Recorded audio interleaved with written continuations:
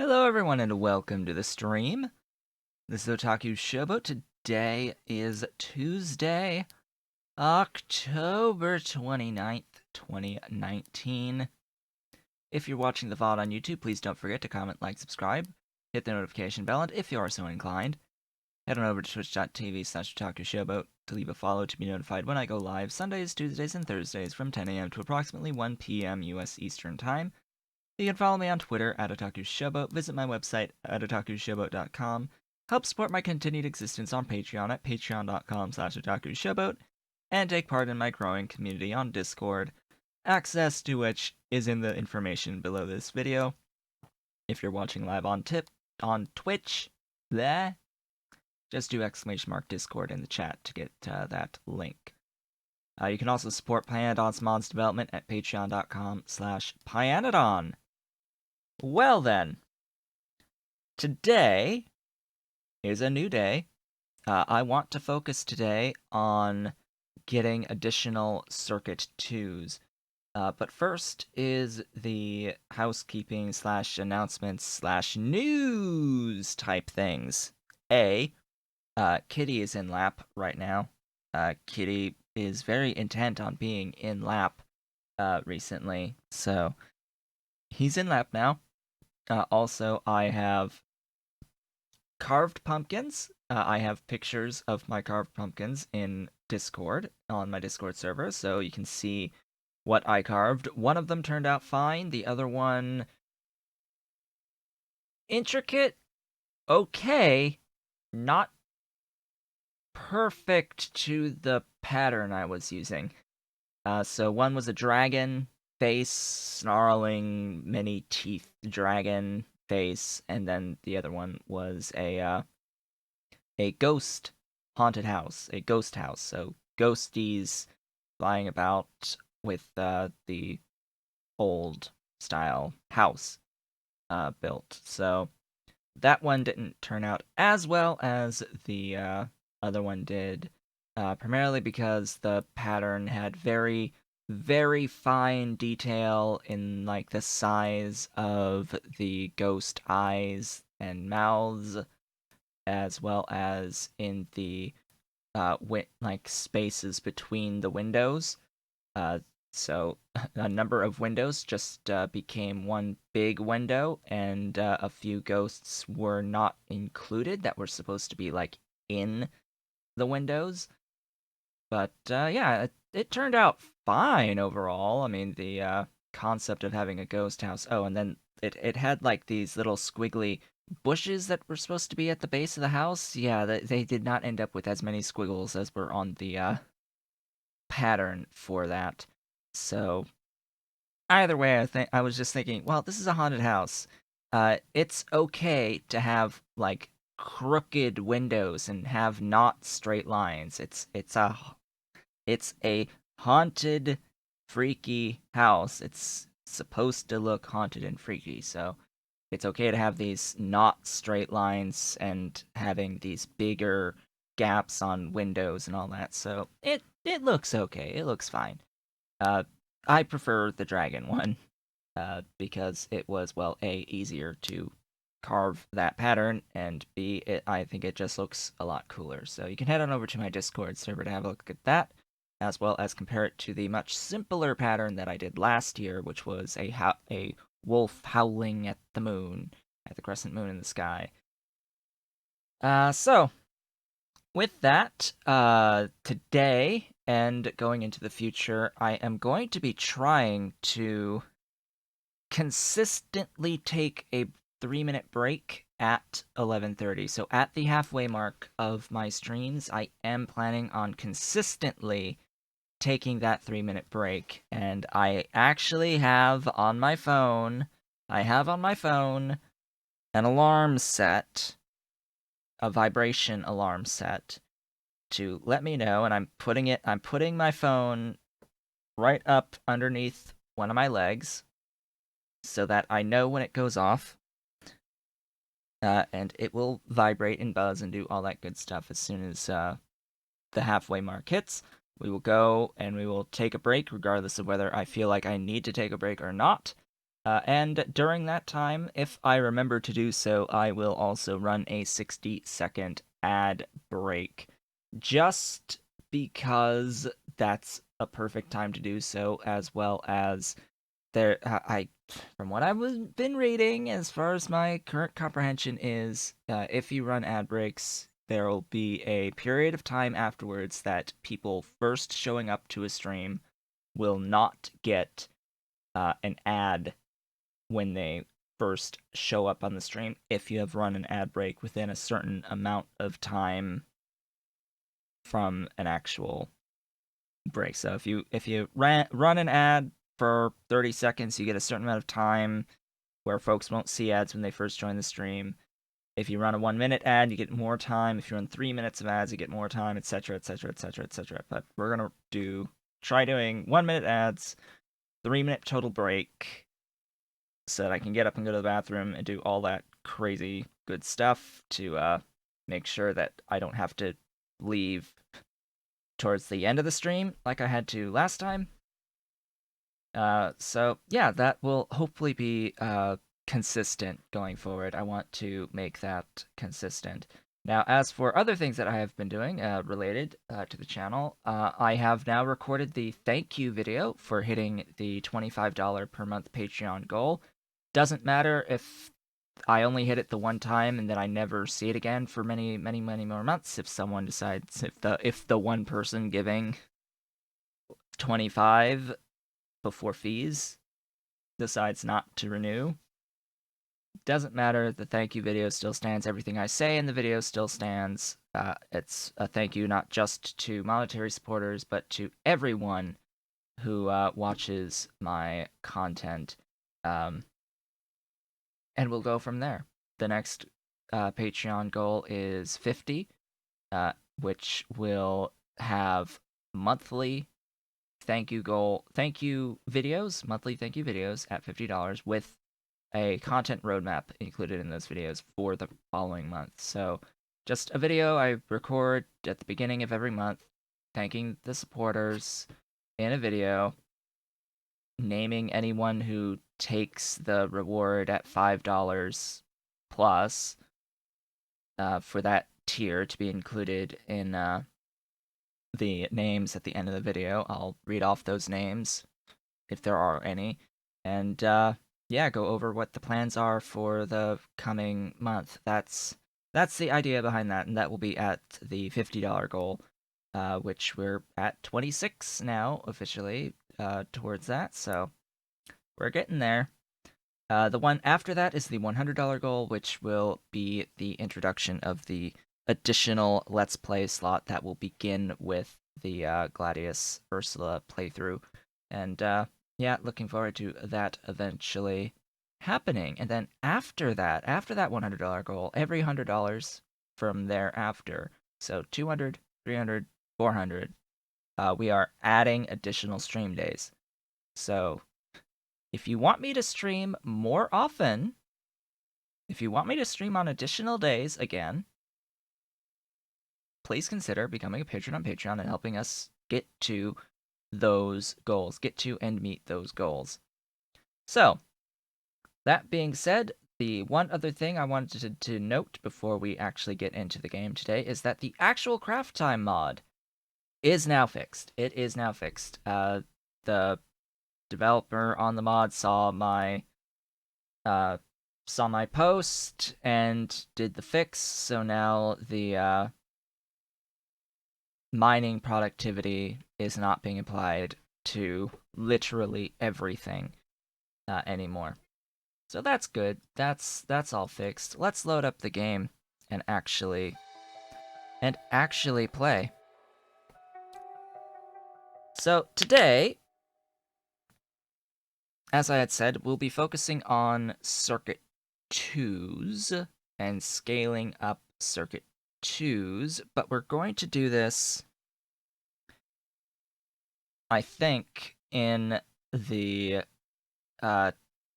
Infinity Mode tutorial save and make ourselves a blueprint. That is probably what we're going to be working on. So if you come in and ask about what save are we in, We are going to be loading up the cat hair flying around. Going to be loading up the tutorial save, which is my infinity mode save, right here. I've already sort of been working on this. I have been working on this already. I want to finish this so that we can start doing it. And yes, I've got like the high-tech bots flying around for this, just to make sure that everything is, well, working. I need to make sure everything is working, and to do that, I just threw some bots with a with an infinity passive provider chest with a whole bunch of outside inputs that I know that I'm going to eventually need. Anyway, we shall see if I end up adding any of these outside inputs that I keep adding into this chest onto my designs. But as it stands, right now, I have a blueprint for optical fiber. So the optical fiber is done in my books. And they do have the level 2 productivity modules pretty much across the board. Because those are the ones that I am able to use now. I'm able to use the Mark II productivity modules, used where appropriate to use them. And where you can. You can't actually use productivity modules on Aramid. Hint, hint, wink, wink, nudge, nudge. You can't use productivity modules on Aramid. Hint, hint, Pyanodon. Aramid's an intermediate. Cough, cough. Cough, cough. Aramid is an intermediate. Needs to have productivity modules, especially when it uses molybdenum. Especially when it uses molybdenum. But there is another recipe for Aramid I should note that also uses molybdenum, but also doesn't take productivity. I guess I could transition from this to this. Change this a little bit because we go from 4 to 10 for the same amount of Molly. Yeah, we go from 4 to 10 for the same amount of Molly. We get rid of the... We trade sulfuric acid for chlorine. It's the same amount of TPA. We get rid of the titanium plates. We reduce... No, we increase by 1 the aluminium plates, which is fine. We completely remove sodium hydroxide. But then we have these sub-denier microfibers. SD... Sub-denier...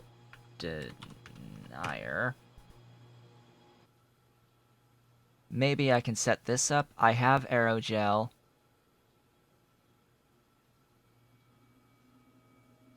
I can have microfiber.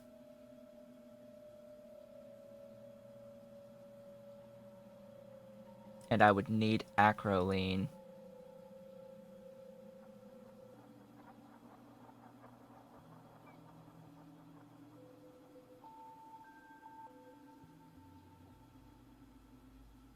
Yeah, screw glycerol. We'll do this one. Propene via tholins plus chromium. That sounds like a much better deal than spending collagen or skin.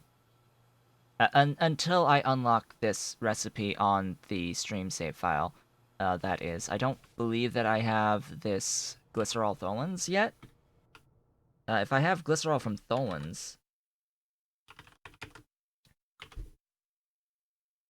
then sure, but I don't because it's utility science. The glycerol from tholins is a utility science tech, so that is thrown out the window, quite honestly. Maybe this should be a purple science tech. Just throwing that out there. Maybe this should be a purple science tech, a production, not a utility. Just a thought. Or maybe like just split it. Make 4 just the glycerol and olefins. Maybe unlock the Mark IV equipment. And then make like a Tholins 5 with deuterium and helium at utility. Yeah, maybe split this to do the deuterium and the helium 3 at utility, and then make olefins glycerol, maybe the Mark IV stuff at production. That sounds like a much better idea, to be completely honest. Now, the subdeniers would be made in nanomaterial, so I would need a second nanomaterial for the subdenier microfiber, and I would need to bring acrolein in, pretty much. That would need to bring acrolein in. I am making aerogel. I have ammonia already coming in. So then it would just be the microfiber, which was pulp mills. Pulp mills with fiber and all that good stuff, so... if I can find... where's our pulp mills? Microfiber, something tells me that these do take those. How much would you need? 1 for 0.2. See, these take productivity. Why no aramid take productivity? Why aramid no take productivity? 0.5, oh god. Sure.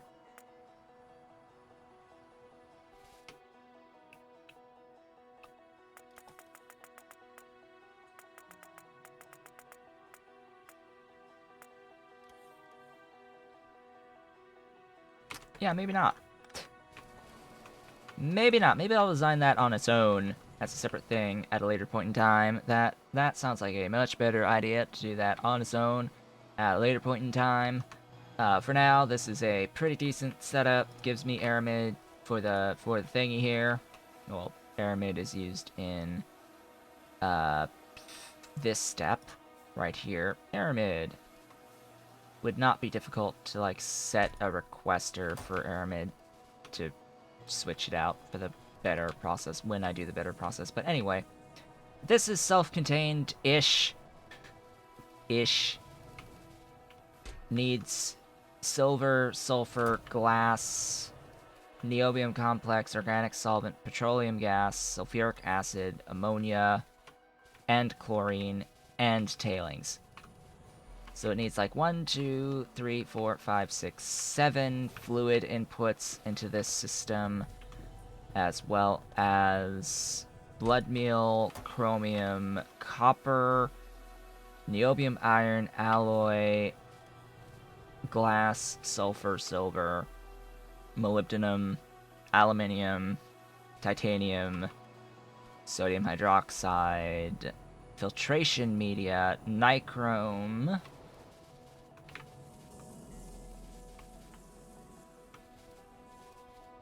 and an exolate. And I think that's it for the outside inputs. It's a lot, but it's a lot that we're already making that we can shove into a thing. And this particular blueprint will make close to 2 optical fiber per second. More as things upgrade. But our goal today is this down here, is designing all of this BS and this BS. So I've already gone through and I've been doing some of the math, and I've decided, you know what, this is going to be enough cermet. This is going to be enough cermet to feed what I need up here. And this will need stuffs. Lots and lots of stuffs, but not actually a lot of stuffs. Like, this is 1 building each of these, something like that, of ground boring, being able to ground bore, so not too worried about that. What I'm worried about is the, 12 zinc per second that needs to feed the zinc acetate. just to feed what I have in here. Now this looks like a lot. So this is 8 chip shooters with level 2 productivity modules in them. Eventually there'll be level 3 productivity modules just to increase the output. And it's just a flat increase in output eventually once we get circuit 4s and you can start making the level 3 stuff. That will be a thing. So all of the stuff used besides the solder, basically, and the circuit ones and the optical fiber are in here now, in this little 2x2, and we're going to try and make these values of things. We're going to try and make at least this much of the things, this and all of these 6 here. These 6 plus PCB2. That's what we're going for in the design today.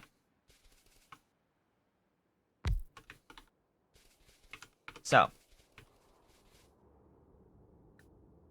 I've already gone through and I've calculated the doped silicons that I need, as well as the cermets. I haven't looked at plastic bars, I haven't looked at, like, tin plates, tinned cables, or anything like that. I haven't looked at the excess nylon that I'm going to be needing, because I, of course, am making nylon up in here. That's in excess. I'm making an excess of nylon here. I probably need to make more of an excess amount of nylon in here.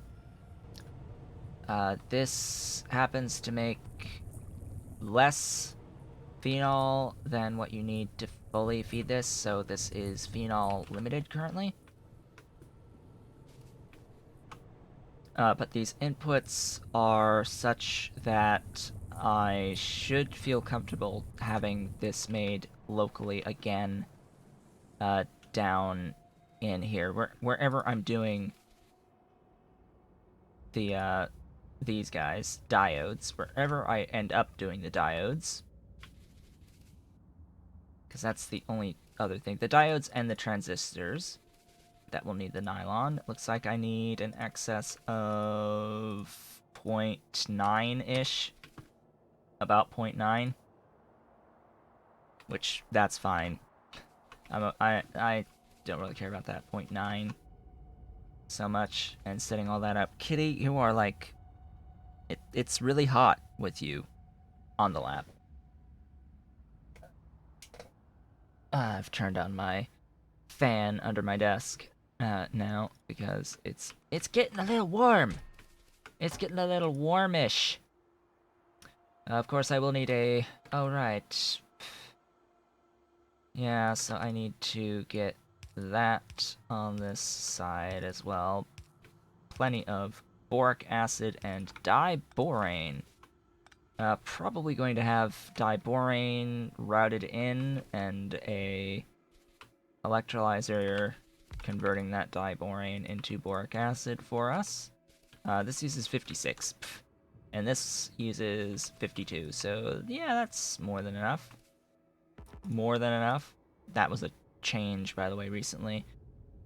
I don't need a Mark 1 electrolyzer, though.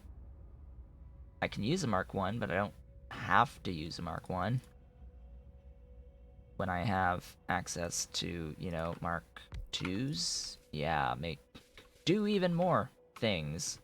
Stuff and things. Oh, you also... No, you're just on the other side. Hello, Kitty. You're shifting. Kitty is shifting.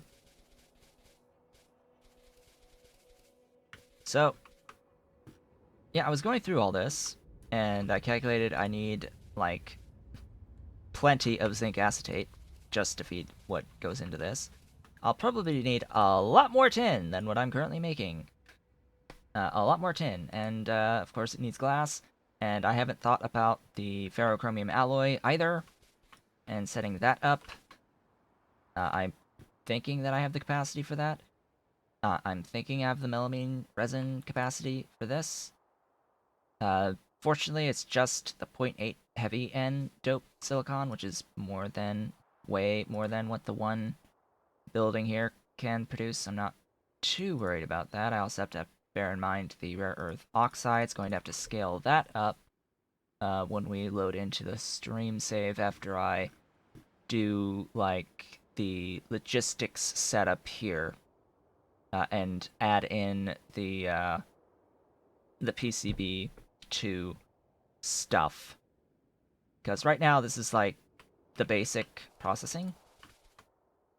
Yeah, this is like the basic processing. I'm unsure if I want to have my robots fly in all of the tinned cable that I'm going to need. Slash all of the everything that I'm going to need.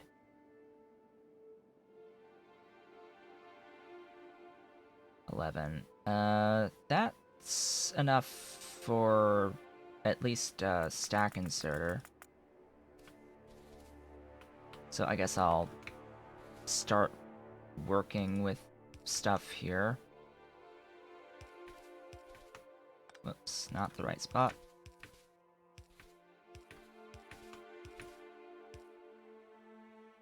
Start placing all of the chests.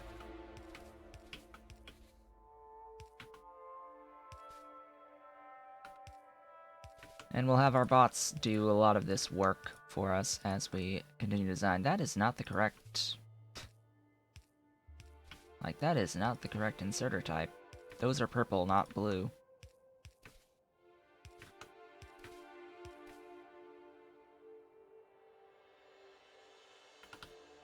Probably don't need the stack inserter.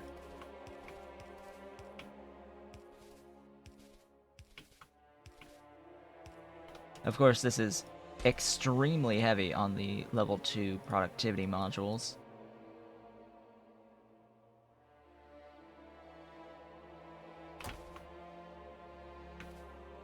Extremely heavy on the tin, through the tinned cables primarily, as well as regular tin. Same thing here. Doink, doink, doink.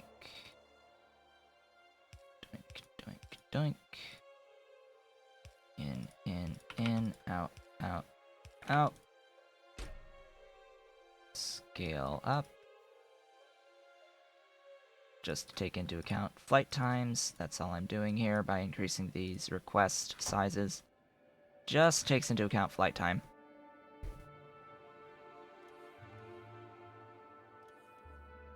Alright, that's good. Looking fine. These are set. These aren't. More tin. Good morning, Jessa. Good morning. I am designing a Circuit 2 setup at scale. Don't mind me as I attempt to do this. Doing it with my infinity mode save so that I can just save the blueprint and then place it down in my grid. That is... These guys will need the aluminium pulp 1 in, but eh. Lots of stuff will need to go into feeding all this crap. Let's see. Oh, and then, yeah, this was 1-to-1 here. Approximately. Need ferrite. That's another thing I need to do locally. Ferrite. HPFs, yeah, HPFs. Iron oxide, nichrome, and zinc plates. More zinc. More zinc is required. Where's those high pressure furnaces? Oh, kitty. Kitty sneezing. Kitty sneezing. A cold has gone around the house recently. I have not caught it, but it appears that the cat now has. So, or at least is coming down with it. He's been sneezing. He's been a sneezy kitty. Now, ideally, I won't get it. You almost have your chain set up for vanadium oxide from the phytoplankton. Yeah, that's going to be a thing. I'm not looking forward to doing that tutorial. Not in the slightest. And I'm going to have to... I wanted to try to set that up for my own self as well. Ferrite, you. need to exist. How many of these? 2.4?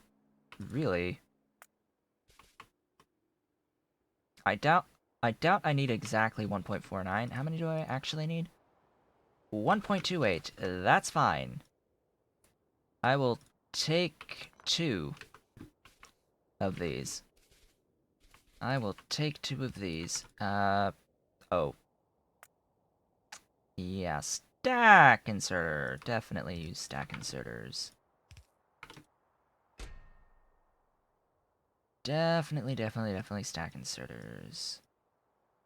Now, how many more thingies is this? So now we're at 14.62.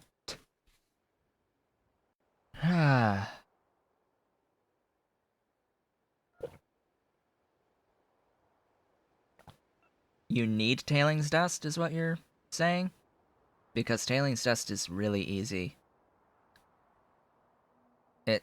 Tailings dust is actually really easy. Let me explain to you why tailings dust is really easy. So there's this thing called tar. There's this stuff known as tar. And there's this recipe that converts stone into tar and gives you tailings dust.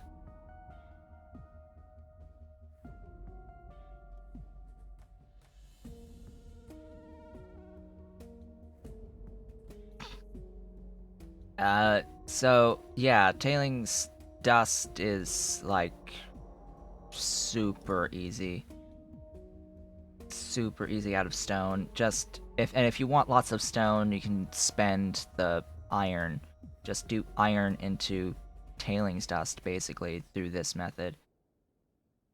Yeah, tailings itself you could also like so here's the thing. You can also take your tar and your tailings. You can take your tar, make tailings out of converting the tar into saline water. Do the quenching tower recipe to make the like iron/copper ore, and convert that into saline water. It gives you a lot of tailings as well as the saline water. So you can get a lot of tailings that you can then convert into more tailings dust in that way. So you have this stone into tar with tailings dust, plus you have the tar and tailings that can be used to directly make the tailings dust for your vanadium chain. That is how you do that for the tailings dust. That's like the way on the tailings dust. And then how much nichrome is this? 0.79 nichrome. That's going to have to be fine. That's going to have to be okay. Oh, right. 1.57. That's going to have to be okay. Who else has arrived for the stuffs and things for the ludicrousy that will be the scaled up circuit 2s? Just a reminder that right now I am in a separate save with infinity mode, so I can actually design what I'm going to end up placing in the actual stream save. So that's the current thing that we are up to at the moment. I've already designed a blueprint that I will use for optical fiber. It has a absolute ton of outside inputs for it, but it's giving about 2 optical fiber per second, as well as some excess amounts of nylon and some excess amounts of Kevlar. I may actually choose to limit the Kevlar just so that we accrue more nylon that can be used down here with these beautiful things. And I was working on setting this stuff up. Now, what I think I'll do is something along these lines. Do some direct feeding That will use all of it evenly between the three. That just leaves tinned cable and a melamine resin.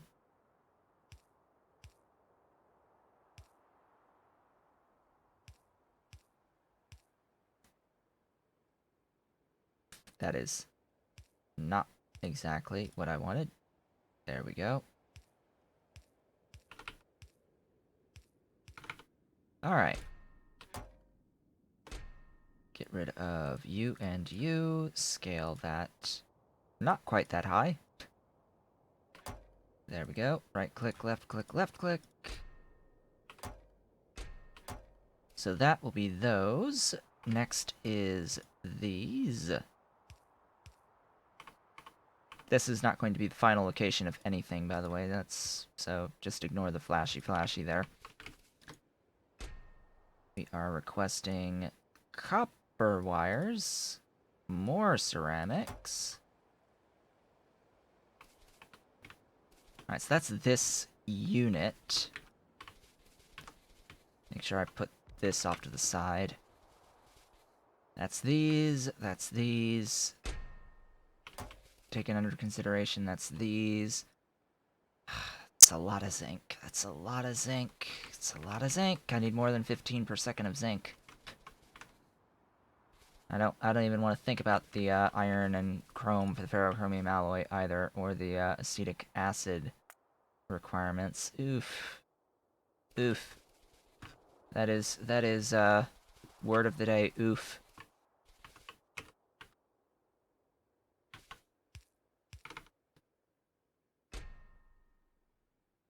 More melamine resin, more nylon, more all of the things.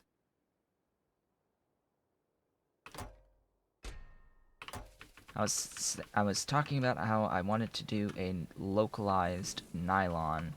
Can I even do a localized nylon? Sure. Sure, we can do a localized nylon. How am I going to copy this? Like this, I guess. I suppose.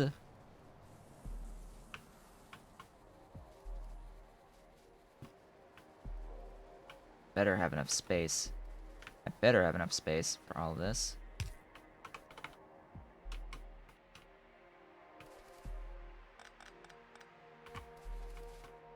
Alright. That's hidden a coal input. I'll go and grab my setup on the coal input.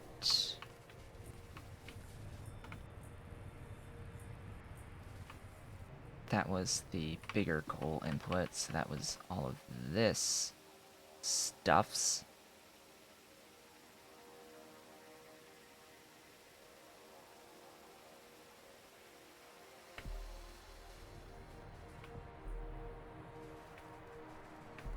Get all this placed down here. Then I have to grab the high pressure furnace as well.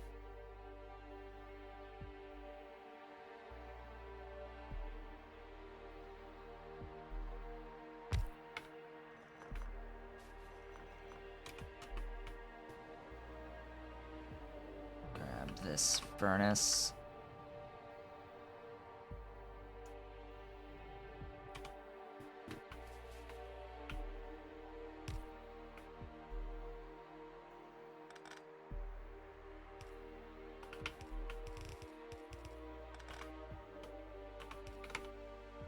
And that, as they say, is that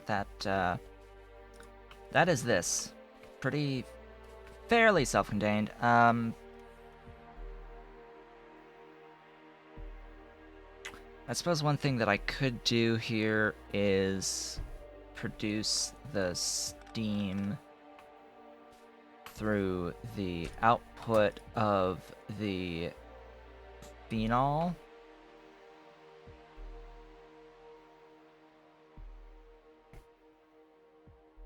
Through the coke output. I guess I will do that. I have to actually grab this.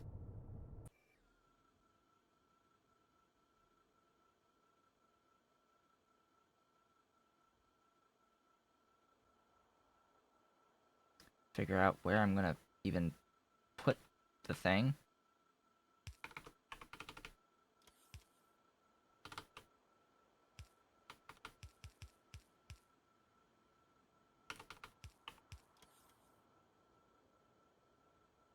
Not gonna do that way, I guess.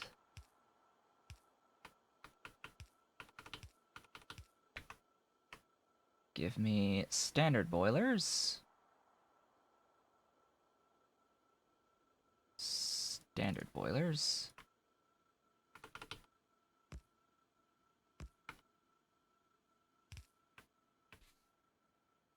Where's the water? Water is there.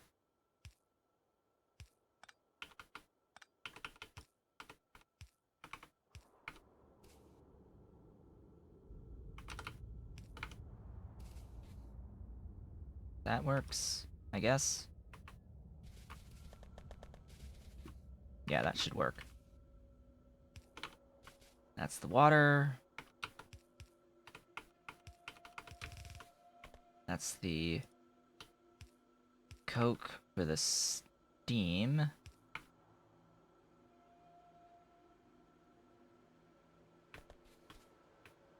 So, that's... For reference, that's a self-contained production of nylon that you can, like, just copy and paste anywhere. It's not, like, squared off. I could probably square it off if I really wanted to, but that's, like, your basics. It requires a blood meal in. Blood meal and chromium in. And it's... Why do I have two thingies on the blood meal? I don't know. I do not know. But it will go into a provider chest. Hello, the gentleman's thoughts. Hello, and welcome to the stream, the glorious stream. I don't need that here or those. Yeah, this is actually quite convenient. I'm actually going to go ahead and copy that and throw that into a blueprint and call that nylon. That is nylon.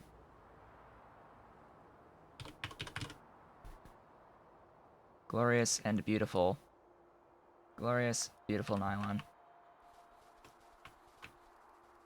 So, that's nylon.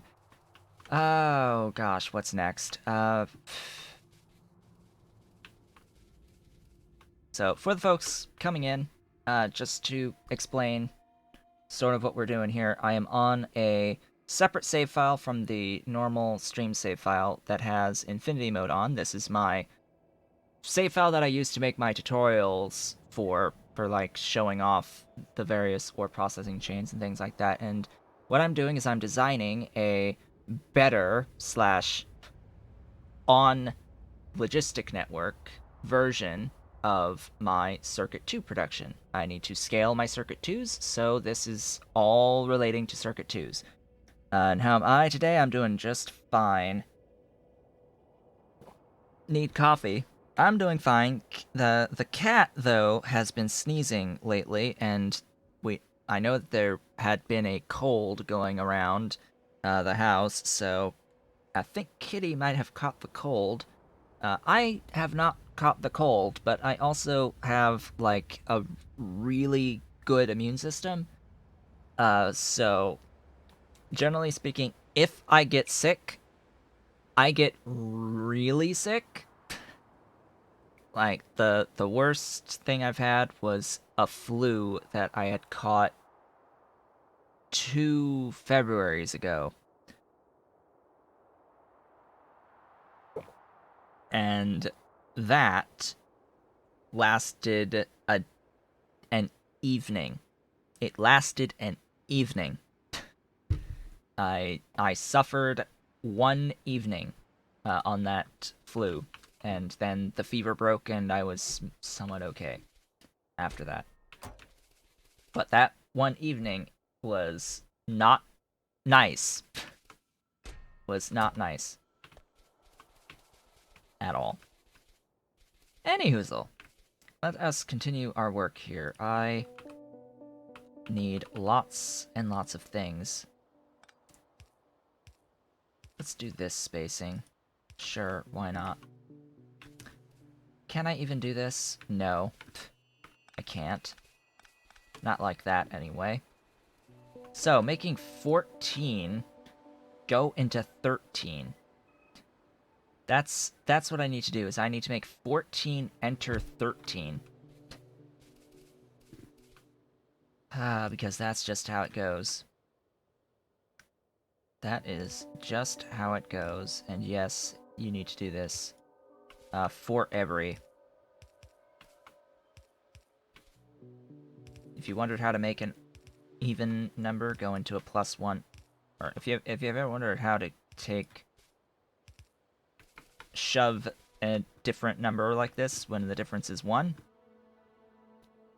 that's how you have to do it. They all 2 into 1, and then, yeah, this should work, theoretically. All theoretically, I think this works.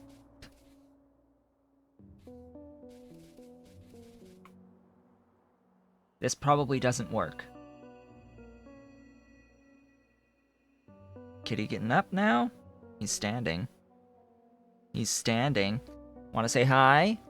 Want to say hi, kitty? Yeah, you want to say hi? Meow? Here. There you go. You're now next to me. And he's looking like, what the hell did you just do to me? He just looks back, it's like, what did you do? You've disturbed me greatly.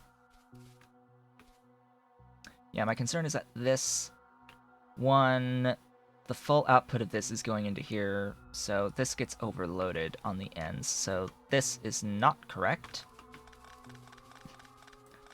I'm sorry to report. If it was the other way around, it would be okay, I think, but no, we're going to have to move this a little bit further down. We're going to do this ye old-fashioned way.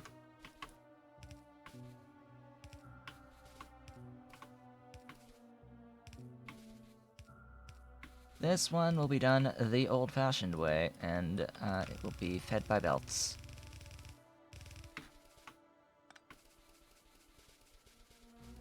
Now, what type of belts? That's the question. Or what the spacing is going to look like. That's the question. What is the spacing here going to look like? Because I could actually have that all the way down like that. But, we'll see how things go. I think I have to move things one tile. Move this one tile up. Because I also need to do this.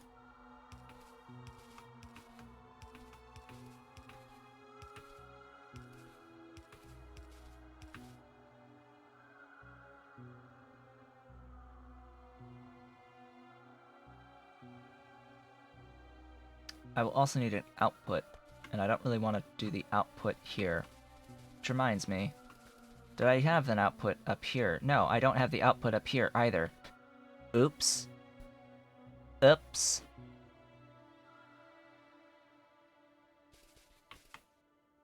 Alright, I guess I will have the output up top then.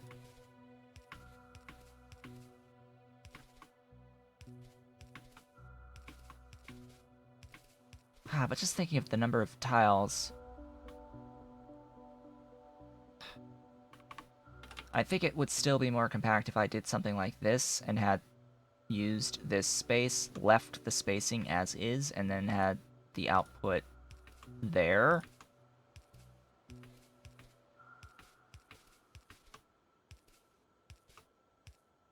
Oops, that is not right. So, if I had the things on the top, it would add 2 tiles to the total setup, but by doing it this way, having this as the output here, it maintains the current setup without adding 2 extra. And I could have... So if I had it this way, it would have added the 1 tile for the inserter and the 1 tile for the actual chest. And I could have tucked this in 1 tile. This way is... You don't get to tuck in the 1 tile, but you save the 2, so it's a 1 tile smaller difference. A whole of 1 tile smaller. Yay. Yay. 1 whole tile smaller. And then if I used undergrounds, like I might do here...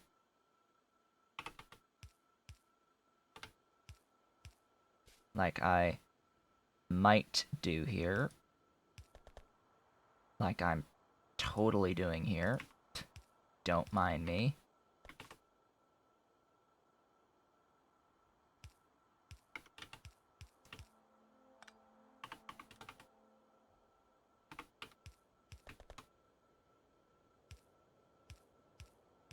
You can save even more space.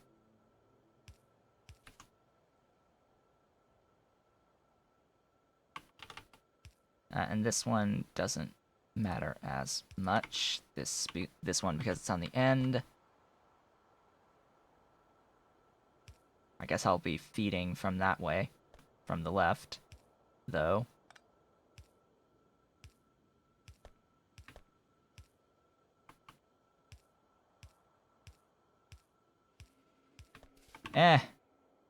For symmetry's sake. Why did I just do that?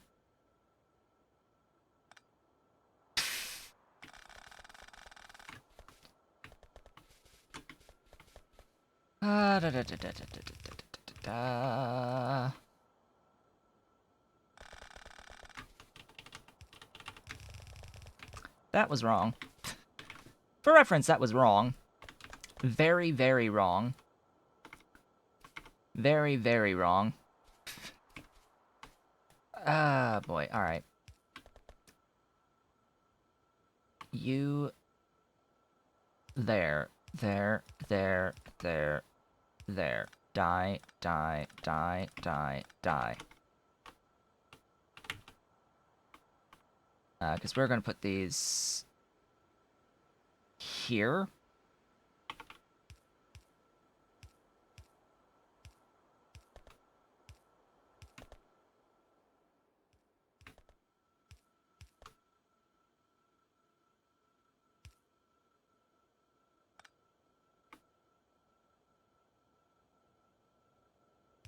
Oh, yeah, that'll be this one. That means... Yeah, you are just... there now. This looks a lot better. This looks a lot better. All because I'm lazy. I've done more work because I'm lazy. That's the gist of it. There. Ta-da!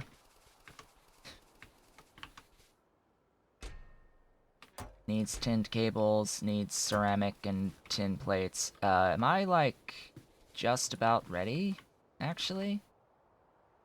You need the outputs.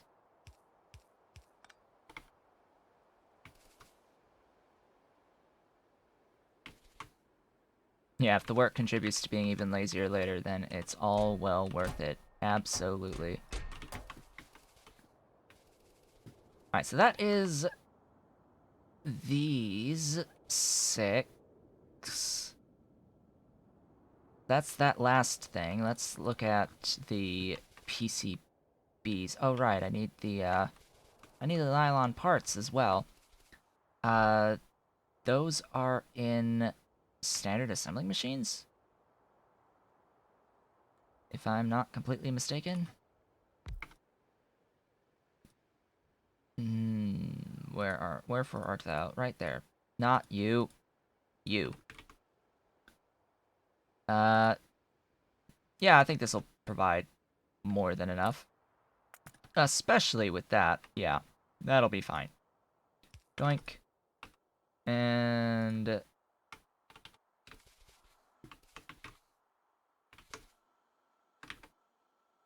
excuse me.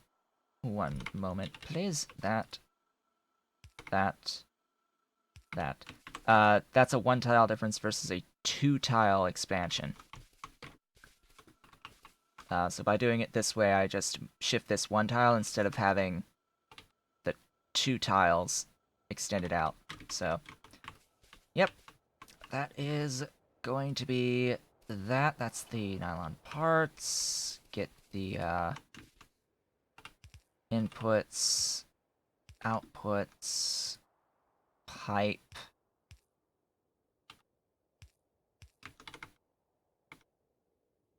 Output, output, input, input. Stuff, things, glorious stuffs. That just leaves phenolics, which is pulp mills. Pulp mills for phenolics. Bakelite. Bakelite's exclusively used in phenolics, and phenolics I think are exclusively used here. Another ammonia input.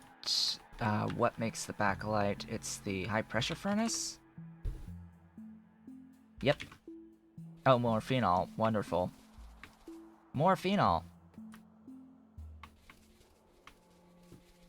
For the bakelite. Yeah, phenol, organic matter. Good thing I've got, like, infinite supplies of organic matter. Zinc chloride. Oh, hey, more zinc. More zinc. More zinc. More beautiful zinc. You need to exist. Two of these don't need 0.54, need 0.32. 0.32, not 54. So let's see, I need 8.5 for that. 0.85 over 0.54 times 32, right? 0.85 over 0.54 times 0.32 is 0.5, little over 0.5, so it's definitely two of these. Definitely gotta be two of these, and then if we do, because I'm calculating bakelite right now, it's 0.6 repeating over 0.83. Probably 3 repeating. Times 0.5, I'm just gonna say 0.51 estimate. 0.408. 0.408. Yeah, this makes a little bit more than 0.408 on the bakelite. Just a little bit more than 0.408 on the bakelite gets made. That is a relatively insignificant amount of, like, all the things. This is like one Tholen plant of formaldehyde. Do I have any Tholen plants on me? Probably not, so let's grab plants and extractors. Plant, you, formaldehyde. Yeah, yeah, that's a little bit more than what I need, and then that is, it's 3 atmospheric extractors, because they do 5 each. Can I get away with the 10? 16.6 divided by 8.3, repeating, times... how much? Not even. Remotely close. 0.67, that's a little under half, so... like 2.75 ish. Like it's like a little over 2.5. A little over 2.5. So times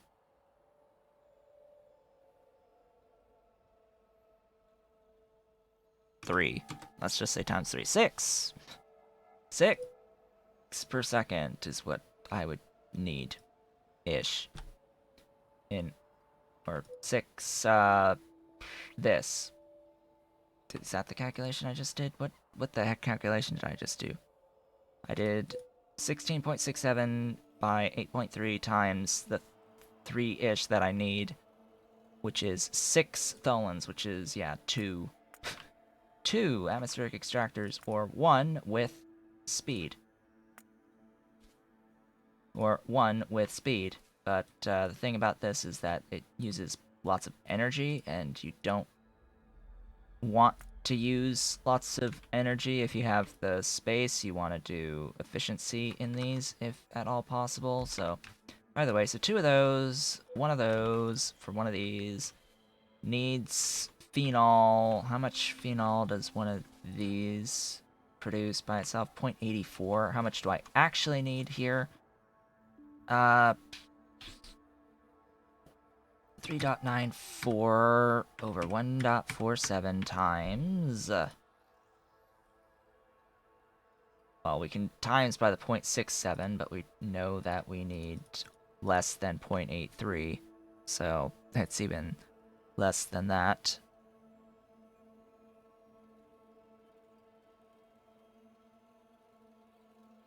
It is even less than that. We need, yeah,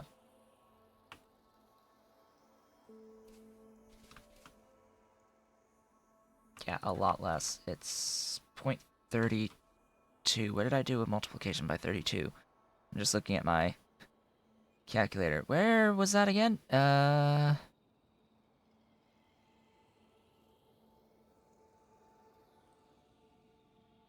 0.855432. Yeah, so 0.5 was what I needed here, and then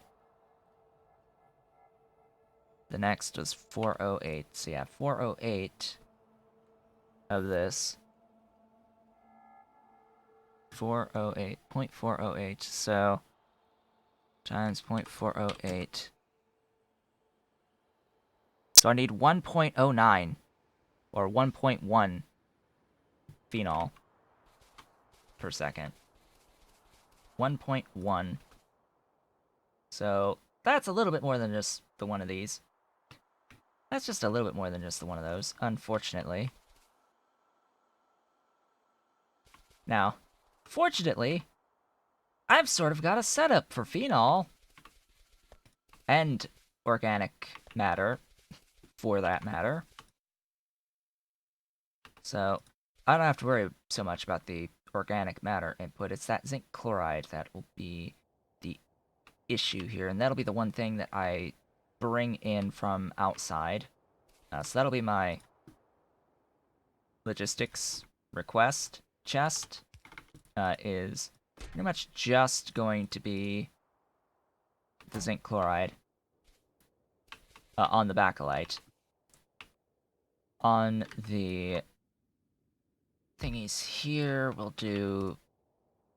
Excuse me, but you need to be there. Yeah, those can exist right there. Feed into both. This will bring in fiberboard and sodium hydroxide from the outside environment.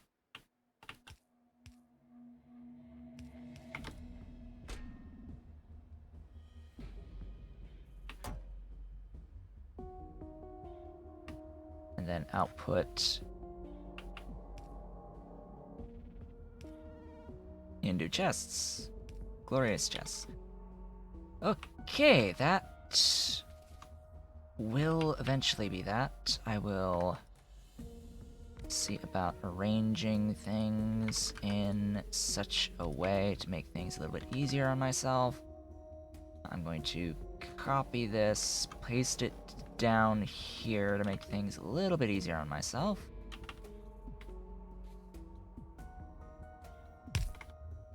We're going to start thinking about where things need to live more permanently. Then I can break all these. Why is the game chugging? I don't know. Don't ask me. I don't do that type of work here. You are going to move. Excuse me? Stop with the chugging. I swear it's the robots. Any non-zero number of robots is making the game, like, chug for some reason. It wasn't doing this before I added those high-tech bots. Do I even need any of this stuff next to me to exist? Probably not. This is just random thoughts and stuff, like 200 per second on a beaconed drilling fluid 1.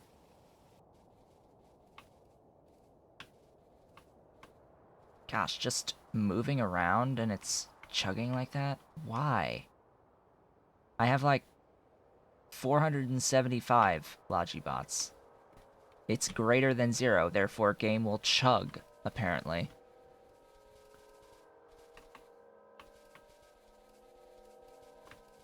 Alright. More permanent locations for stuffs and things.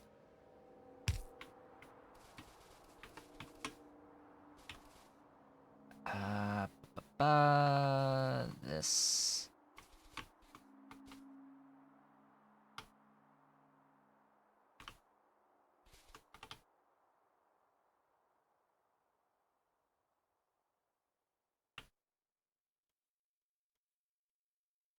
Why did I have to do that like that?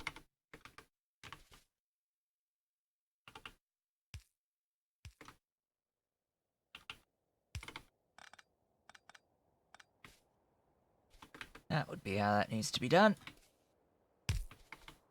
There we go.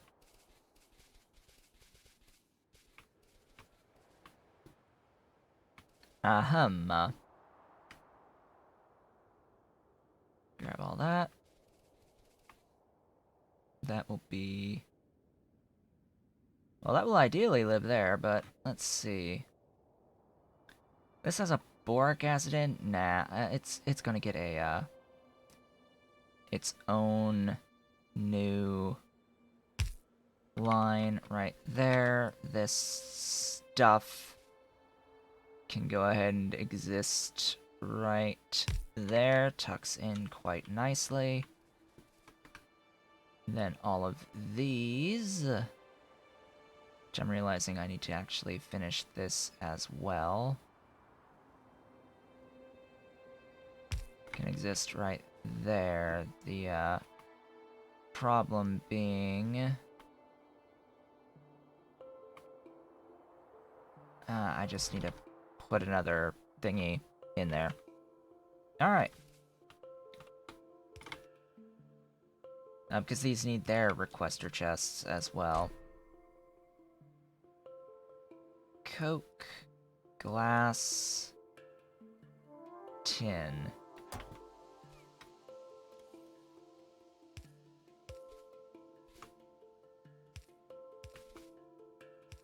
And yes, if I did the underground stuff, I could do that up there as well. Save the tiles.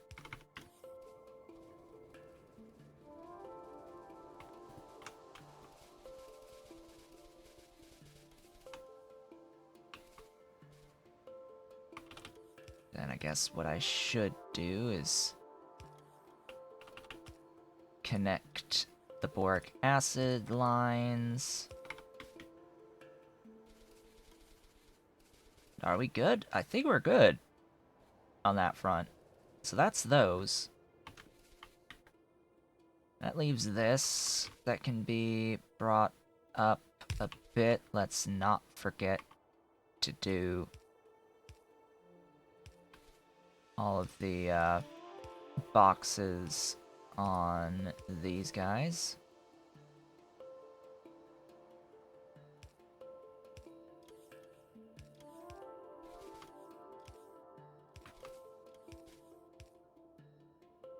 Get all these boxes done.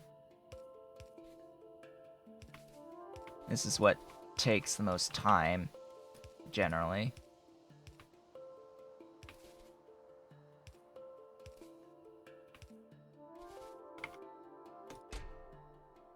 Get all the requests going. Whoops. I did not mean to do that.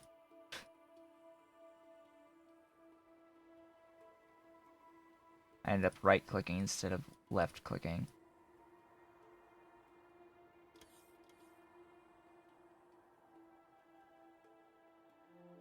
I guess that's fine.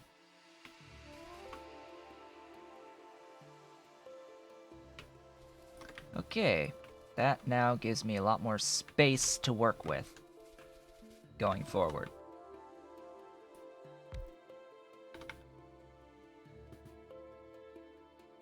Oh yeah, so yeah, everyone who is subscribed to Pyanodon on Patreon gets all that wonderful, juicy information about alien life. It's pretty glorious. The new stuff that's coming out for Alien Life.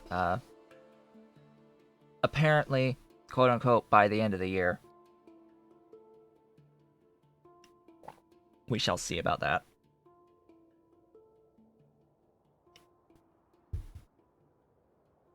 We shall see about that, and that whole end of year nonsense. Frankly, it is just nonsense trying to get that out by the end of the year. Like, I don't think that's gonna happen, to be completely honest. Not if he wants to have it be balanced to any degree. I don't think it's gonna happen by the end of the year.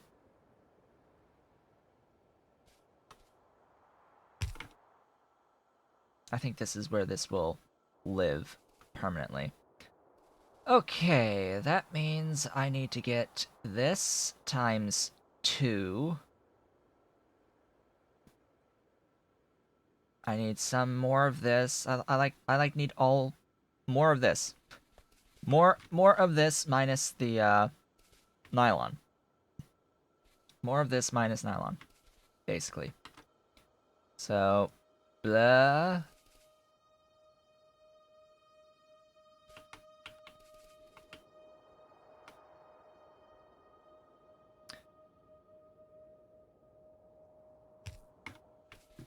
Minus the nylon. And like the stuffs here.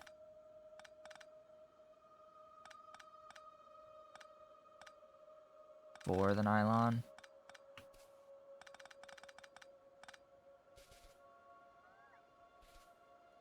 Oh, that was just to make the CO2. I suppose I don't need the CO2 either if I'm not doing the nylon.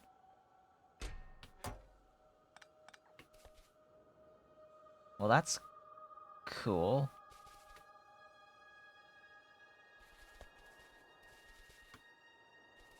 Yeah, that's fine. That works. I'm going to take this and move it, if I can. Doesn't look like I can. Why do you exist? You don't need to exist. You don't need to be here.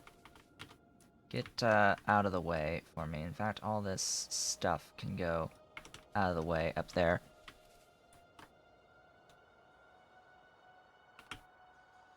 Because I need essentially 2 of these.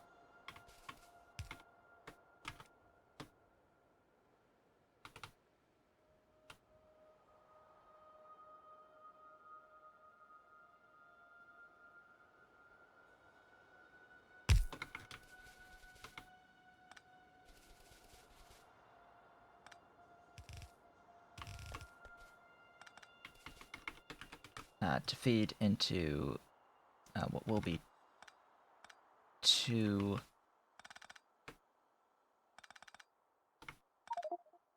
Yeah, stuff and things.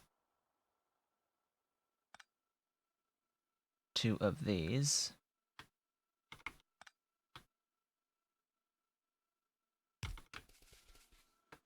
Let's see, you can do up to 7.5. This is 18.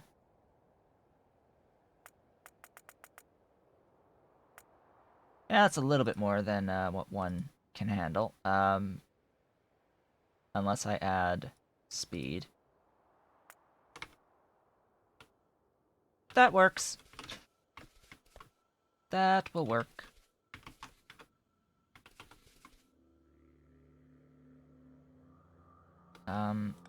That can die.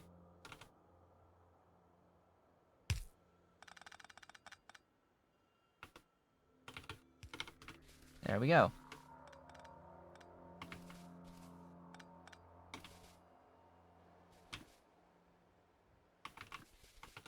Now just do some of this nonsense, and that's the organic matter and the phenol.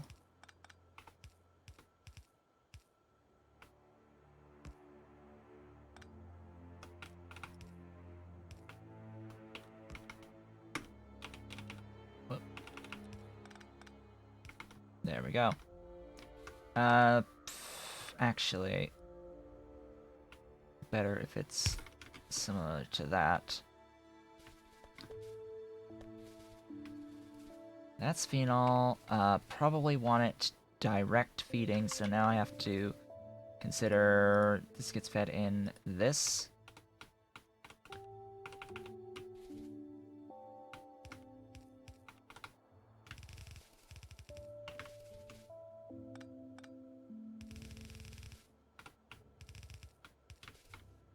Like so. Just add... Oh, what happened to the requester chests? Oops.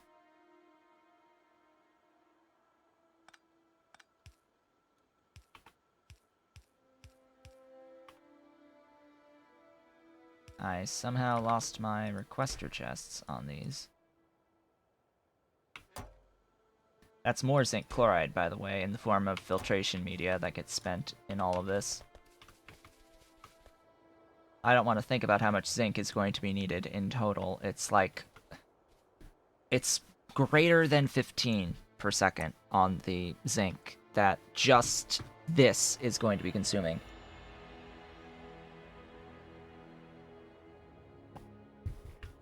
Greater than 15. And then you also take in the organic matter. Don't need that much, but, well, excuse me, I said cut.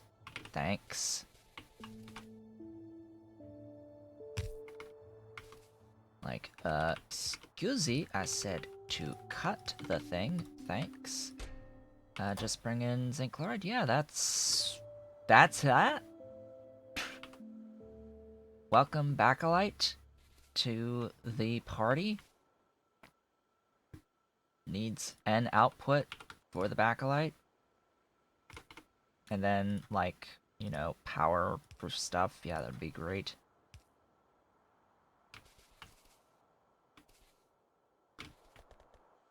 I haven't really been thinking too much about actually powering the things at this point, but I guess that would be, you know, required for existence. Yeah.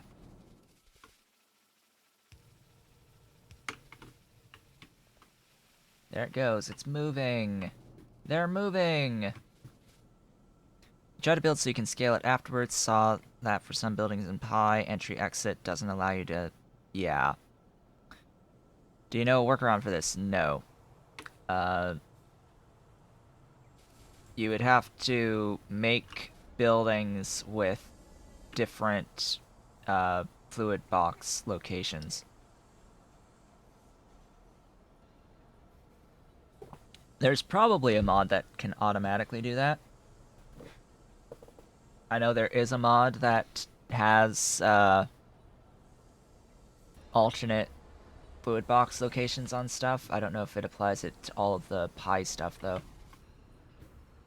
So, anywho's, oh, yeah, there's the, stuffs for the backlight. Yay. Needs fiberboard in. You are requesting that. Uh, are we, like, good?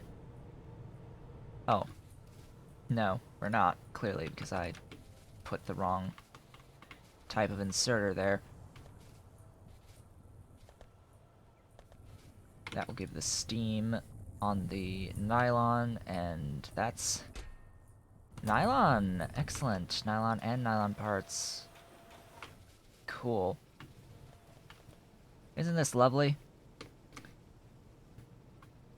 I think this is lovely. So, what I've done is I've decided that no matter how it looks, as long as it fits in a grid, it's infinitely scalable. That's what I've ended up deciding on how I design things. Uh, it's like, if it fits, it can be duplicated. So it doesn't have to, like, be symmetric or any of that nonsense. Oh, you could use the thing. So could you. Yeah, that would be great. If you actually had, water on those end pipes. And, thingies. So, what does that leave me with at this point in time? That leaves me with needing... Well, we've got phenolics, we've got parts, we've got plates, we need etching solution, and then we need the like, actual zinc acetate. Some boric acid as an input. I don't know if I want to do this necessarily here, though. I will also need to set up um, additional phosphate processing. I need silicon wafers. What are those made in? Assembling machines needs stuff I have. Needs stuff I have plenty of. Standard assembling machine. Do I have any? Yep, I do. You make silicon wafers. I know I've already got stuff like this on the actual stream save. I've already got, like, a thingy doing this. Yeah, that's good. Let's see here. We've got... oh, right, I need to make sure that I have things at proper scale with the proper numbers of buildings. So, 2, 4, 5.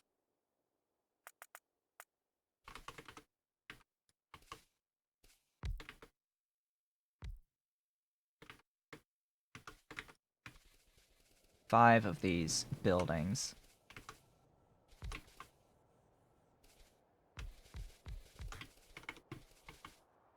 With the flue, or the gas vents for the flue gas.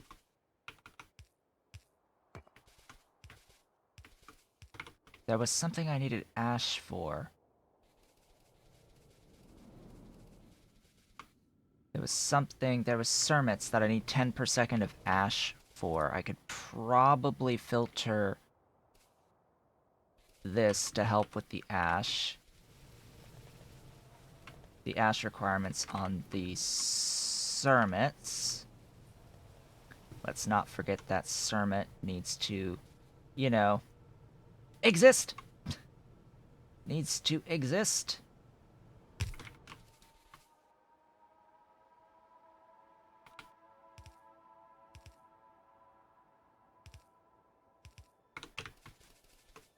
Alright, I'm gonna do this power here just so that I get the, excuse me. Just that I get the thingy here going to show everything as being in the network. Then these... Yeah, I should have plenty of... Auto-saving.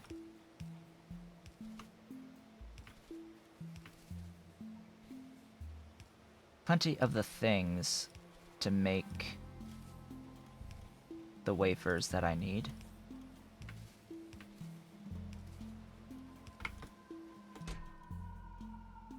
Plenty of silicon and not that many, thanks.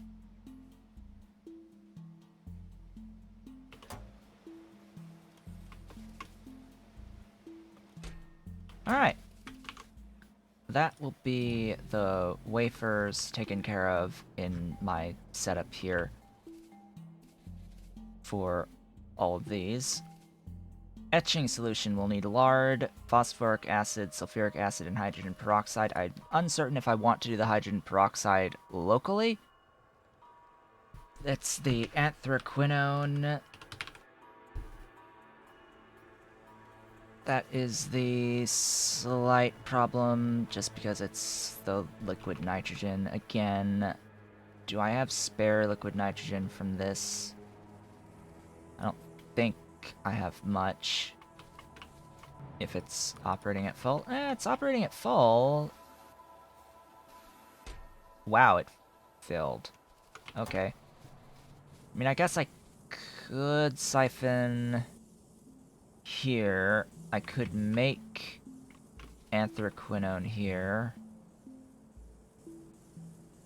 Anthraquinone? Quinone? Quinone. Quinine. Anyway. Rectisols. Rectisols for this. Oh, and apparently a lot of aromatics. Do I have spare aromatics? I guess I will end up with spare. I don't like relying on overflow, though, but I guess I can in this instance. Rectisol, I think I've got, yeah, a Rectisol here. Anthra. How much of this? That's the other good, point to make. You know what? I've got this done separately on my network on the stream save. I'm not going to worry about the production of the hydrogen peroxide for this, or the lard. The lard will come in separately, so this will just exist somewhere. It will exist somewhere.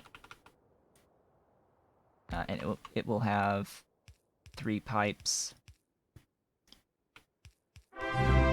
Nope. Thank you for the follow, Blue Banana 3. That makes me jump every time that happens. Oh boy. Oh boy. Oh, and we're about a minute from actually going on break. Yep, there we go. There's the, there's my notification to go on a break. So, with that, we're going to take a short 3-minute break. I will run a 1-minute ad break in the meanwhile.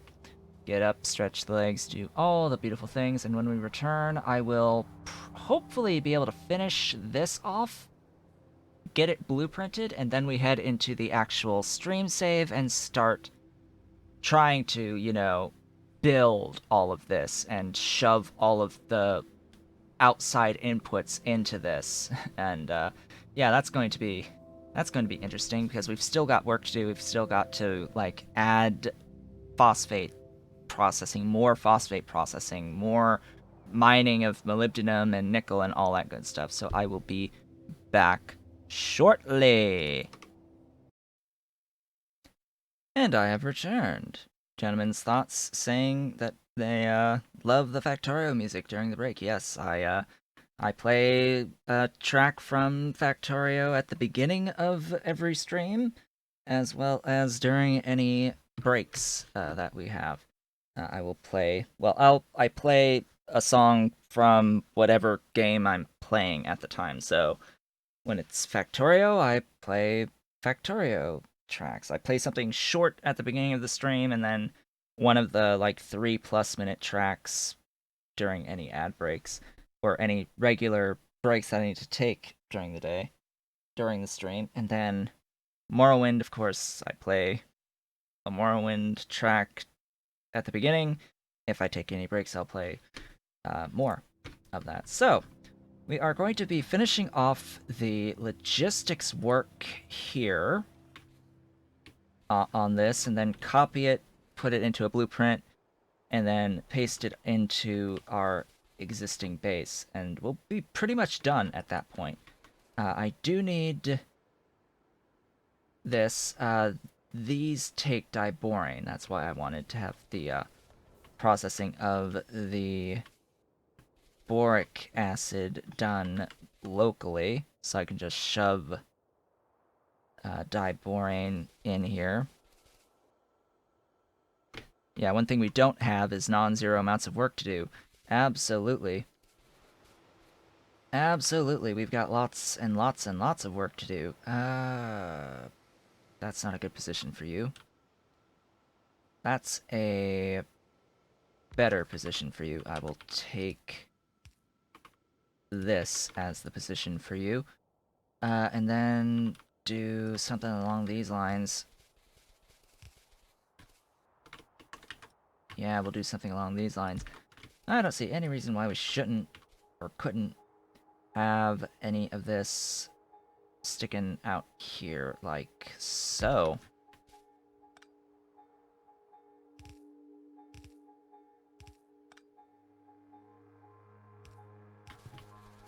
Ooh, if that was just a little bit further over.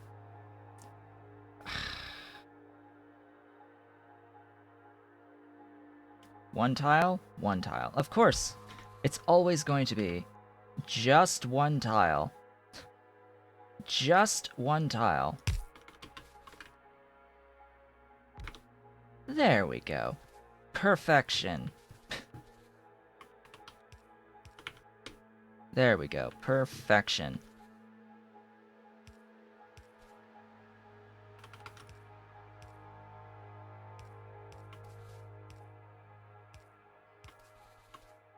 That will be that.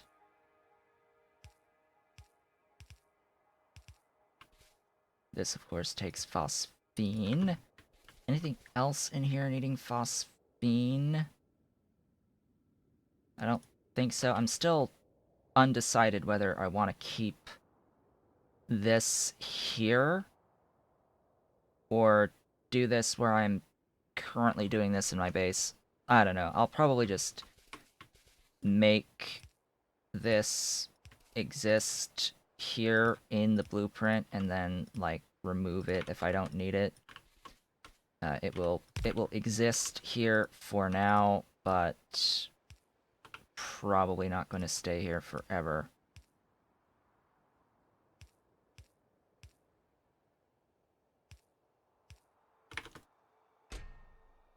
Yeah, lots of zinc. Like, all the zinc. 12 per second on zinc. Ooh boy. As I said, we're going to need more than 15 per second of zinc to just feed this. Like, just feeding 2.18 circuits. Circuit 2s per second. So it's like, for every setup of this, that's how much you need. Like, oh god, that's so much zinc. So much zinc is needed. Oh yeah, that's right. You also need a lube in. You also need a lube in. Now, what I like to do is take the pipes. Actually, put you in by one. Take the pipes and stick them out, or what I'm at least preferring to do lately is have just a set of pipes on the end so that you can see what the outside inputs are for the fluids in these blueprints, because it can be a little bit annoying.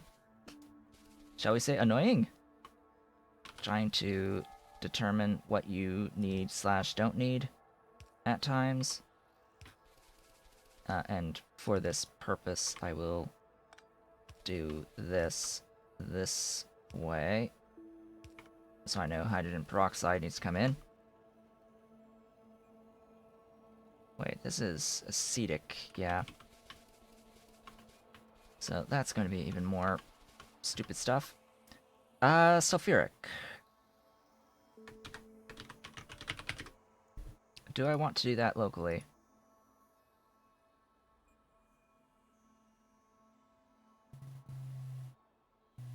I guess I've been doing it more locally. Letting the bots bring in iron and sulfur. How much? Oh, like non-existent amounts? Yeah. Just do that locally. Just do sulfuric acid here. That is perfectly fine. That is perfectly fine to do this here. 28, yeah. Yeah, that works. That works just fine. Get a thingy for water. You. There. Gosh, every time I say that, it always makes me think of Hocus Pocus. It's that time of year as well to see that movie. That one scene where she's like, "You there?" Every time, every time, always makes me think of that. That's that. Like that's that. Add power. I have to think of what all the outside inputs are. Pretty sure I'm making all those outside inputs. The diborane is here. That'll be the boric acid, and the aluminium pulp. That's the other one. Aluminium pulp 1 is the other thing.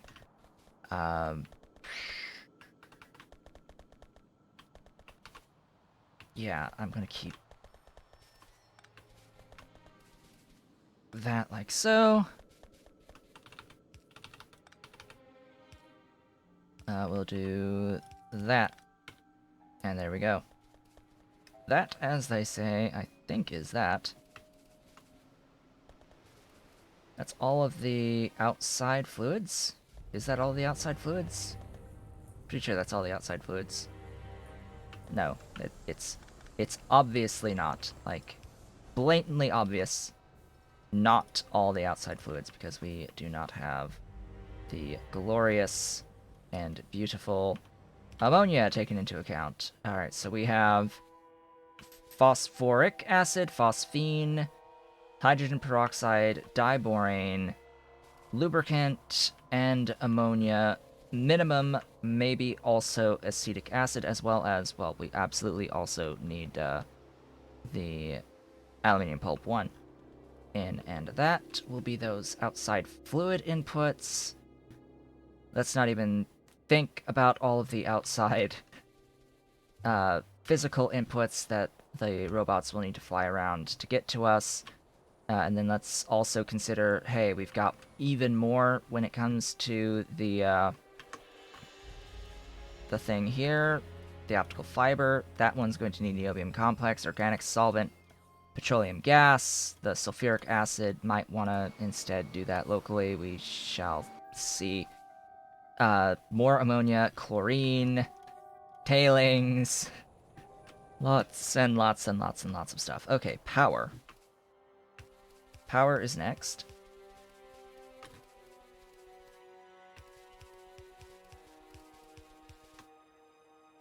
All the things need power.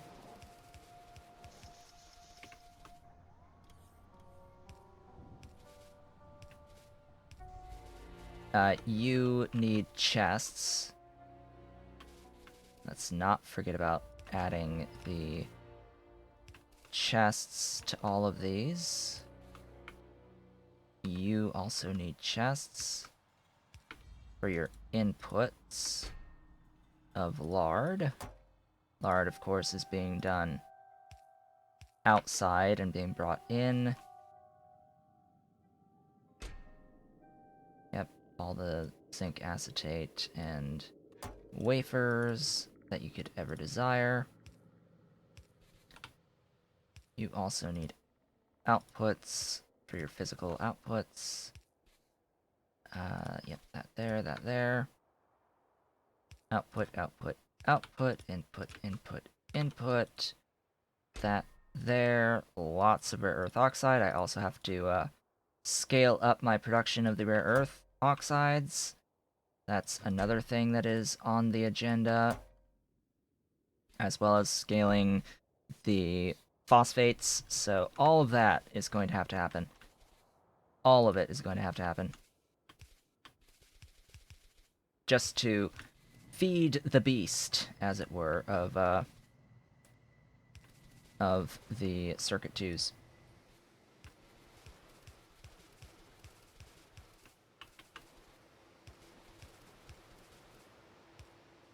Feed all of, excuse me, that, there.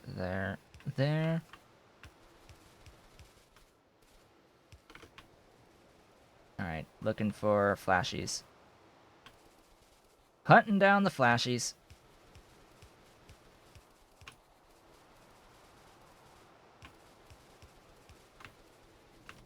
That's all those. Get these. I mentioned something about using this flue gas, didn't I? Let's go ahead and actually set that up after I power all of that. And sure, I will power this as well, just in case. So yeah, I mentioned I wanted to process this flue gas, because I may as well. Done in filters. Ash from flue gas, yes. Yeah, 1 is fine. 1 works.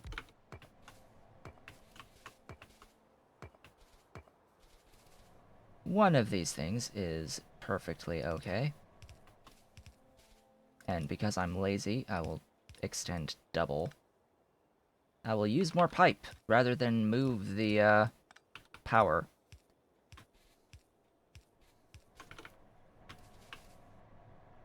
Yeah, that's a good portion of what I need to feed the Cermet here. 10.5 ash per second to feed the Cermets. But only like 2.1 molybdenum and 3.5 nickel to feed the crude. That's not that bad in grand scheme of things. In the grand scheme, 'tis not much. 'Tis not much. And for safety's sake, I am going to grab this, and we will have our glorious and beautiful gas vents to vent any excess if this ever fills to capacity, which it may. It absolutely may. 122.5 ahem. Each of these is 60, and I want to, like, not use the speed modules. Okay. Phew. That, as they say, is that. That took us over an hour and a half to finish that. That's after having already done the entirety of this for the optical fiber on screen. By the way, that does remind me. Today's tutorial that goes live later today is optical fiber. It does not include this blueprint discussion. I did not do this blueprint for that video. I made this after doing the video, so definitely bear that in mind. Absolutely bear that in mind. And I'm doing some processes here that are available only at Blue Science. Things like, you know, this process is Blue Science only. This process right here is Blue Science only. olefins into petroleum and light oil is a blue science tech, which helps me with my decision to do gasoline from olefins and light oil. My decision to do gasoline from olefins and light oil is completely dependent upon this recipe existing. So if you're first setting up optical fiber, which is what my tutorials assume, is you're doing this for the first time at the earliest point in time you need to do it. So that is green science, not blue, and you need it for circuit 2s to make circuit 2s, obviously. We're scaling circuit 2s now. So initially, you're actually going to be getting your gasoline from the heavy oil recipe for the gasoline. The heavy oil with titanium tetrachloride and hot air. And to get your heavy oil, you're going to be steam cracking crude. That is the easiest, I would say, way / most convenient way of getting the gasoline that you need for the liquid nitrogen for the TPA for the things that need the TPA down the line, your aramid and your process to get into the Kevlar for your optical fiber. That's what you'll have to do at green science, but at blue, once you do hit non-zero amounts of blue science, get this recipe unlocked and transition to this process using Nextlit, olefins, and light oil. This is a much better recipe. Much better because you can do this, basically. Do your mushrooms and flowers into aromatics, into olefins, into petroleum and light oil. Do what you want with the petroleum, which, by the way, you can officially now actually gas vent petroleum. That was a relatively recent fix to petroleum gas. And then that can go into your gasoline. And it's glorious. It's absolutely glorious. Alright, let's do this copy. I need to make sure that I only grab this stuff. Excellent. This is going to be glorious circuit 2s. Circuit 2s! It's like a little over 2 per second, something like that. And it will scale up as I get better productivity modules, basically. And that shall be that. Always make sure that you click save label for it to actually save the label. So I ended up with that. I ended up with a thing for nylon. And I already have the, oh, actually, I want that too, if it's not already there. And I already have the one for the optical fiber here. Yeah, I already have that one for the optical fiber, so I think we're good to go. I can save that, and we can quit, and we can load up into the actual stream save for today. Today is stream 92, by the way. Let's load that up. Let the game reload. How's my coffee doing? Gone. Gone is the answer to how my coffee is doing. I am sad now. I have to drink actual water, which is really low.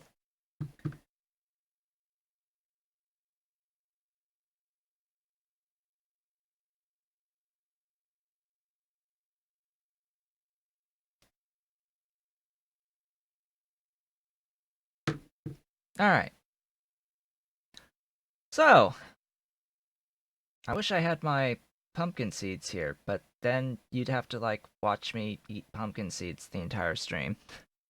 That might not be such a good idea. It might have been a good idea just to make sure that they were gone and away from me.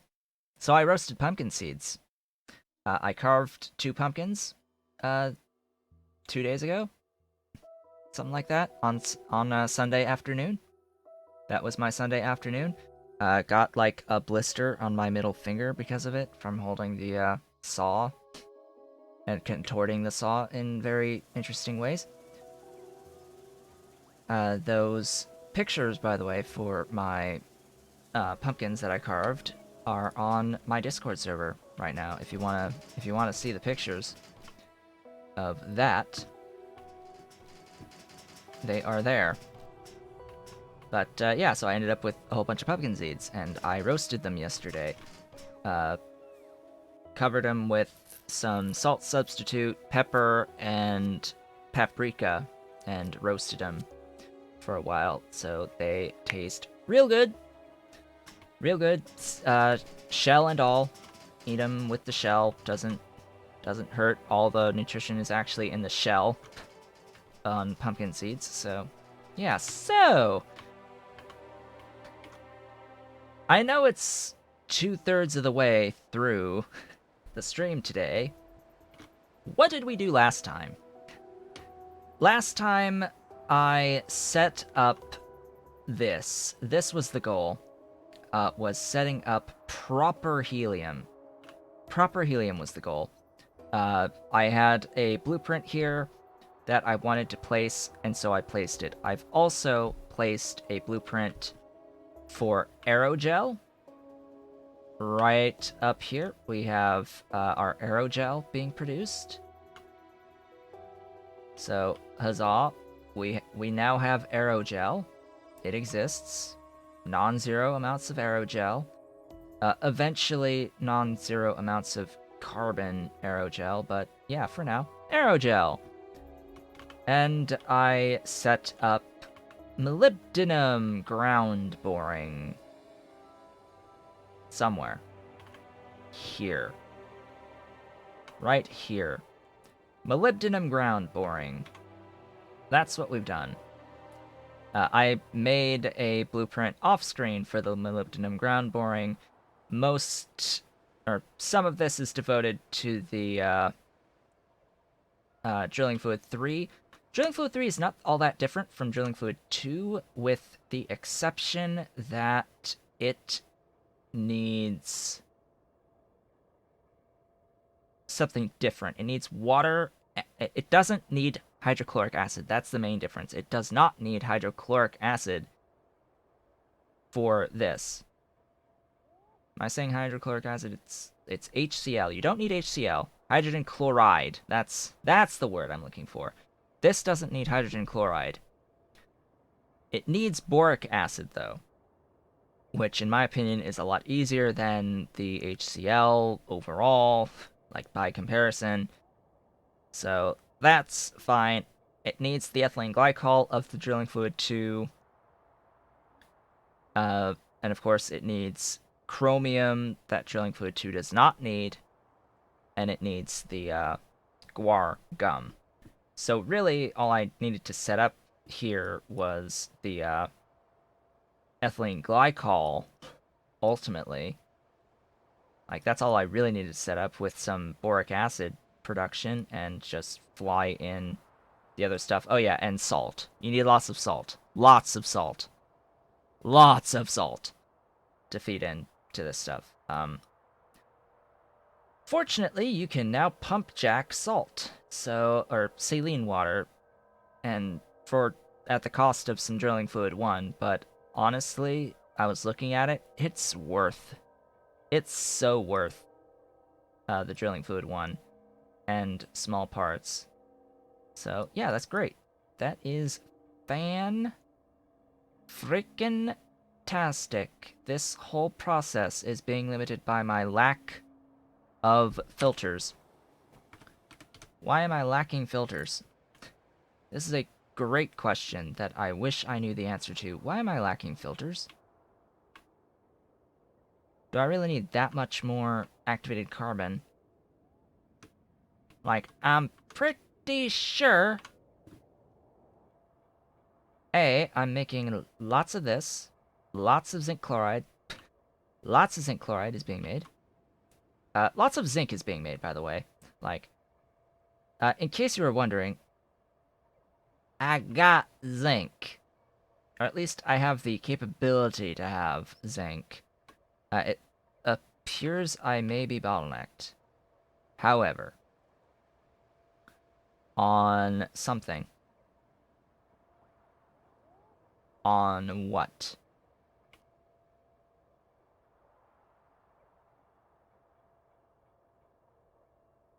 What is the bottleneck here? Duh.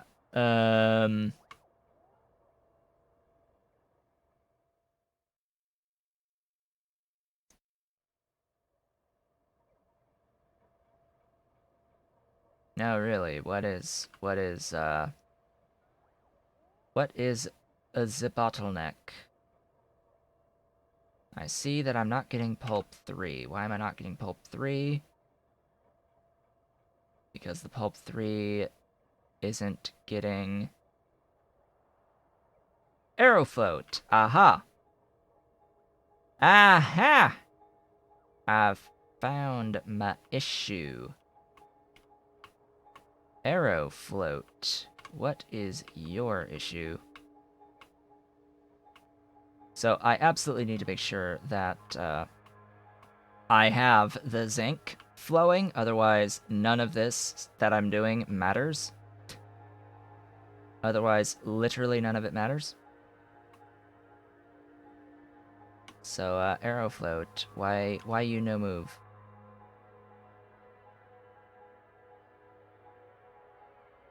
Why? Oh, I know why you no move.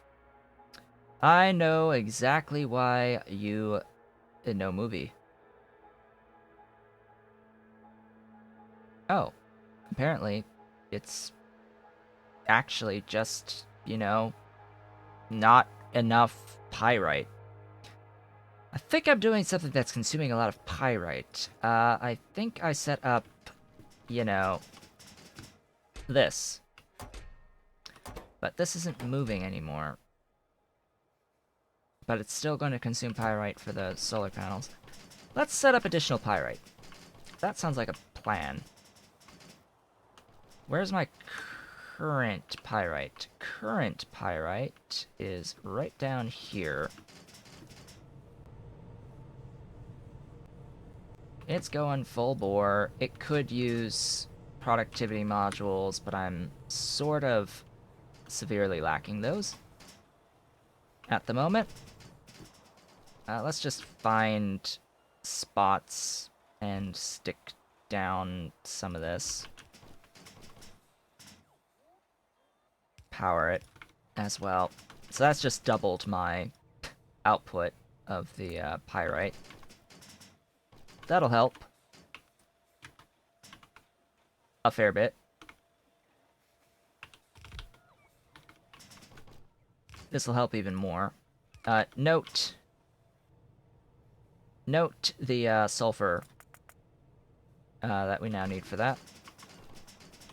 Sulfur that I am making a lot of. Just for reference, how much of the sulfur do I have again? Where is it? Down here. Down here is a supply. A supply. How much of this is actually on my network? Sulfur. Sulfur. 38, 39 grand. Yeah. Also, they're gonna give me a full stack of sulfur now. The Logibots will do their work. Yeah. We've got sulfur. We have a bit less sulfur than we used to, though, so... maybe there's some issues there. I might need to get even more supply of sulfur, but I'm not too concerned. I'm not all that concerned. At this point in time. Alright, so that should help with keeping that Aerofloat 15 going. I want to place down these blueprints. Where am I going to place down these blueprints? Probably right here. You know, right on top of the zinc ore patch that I am doing nothing with. Yeah, that sounds like a plan. Let's place down these blueprints to get our glorious maximum amounts of Circuit 2s.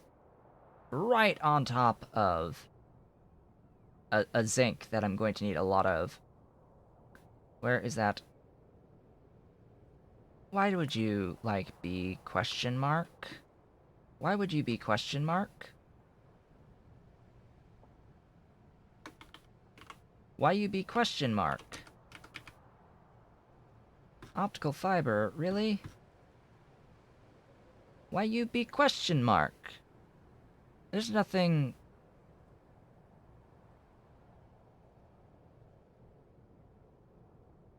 There might just be, like, a thing in here that got copied by mistake that was part of the Infinity mod stuff. I mean, yeah, it's like, why you icon question mark? That makes no sense anyway. Circuit 2s, that works.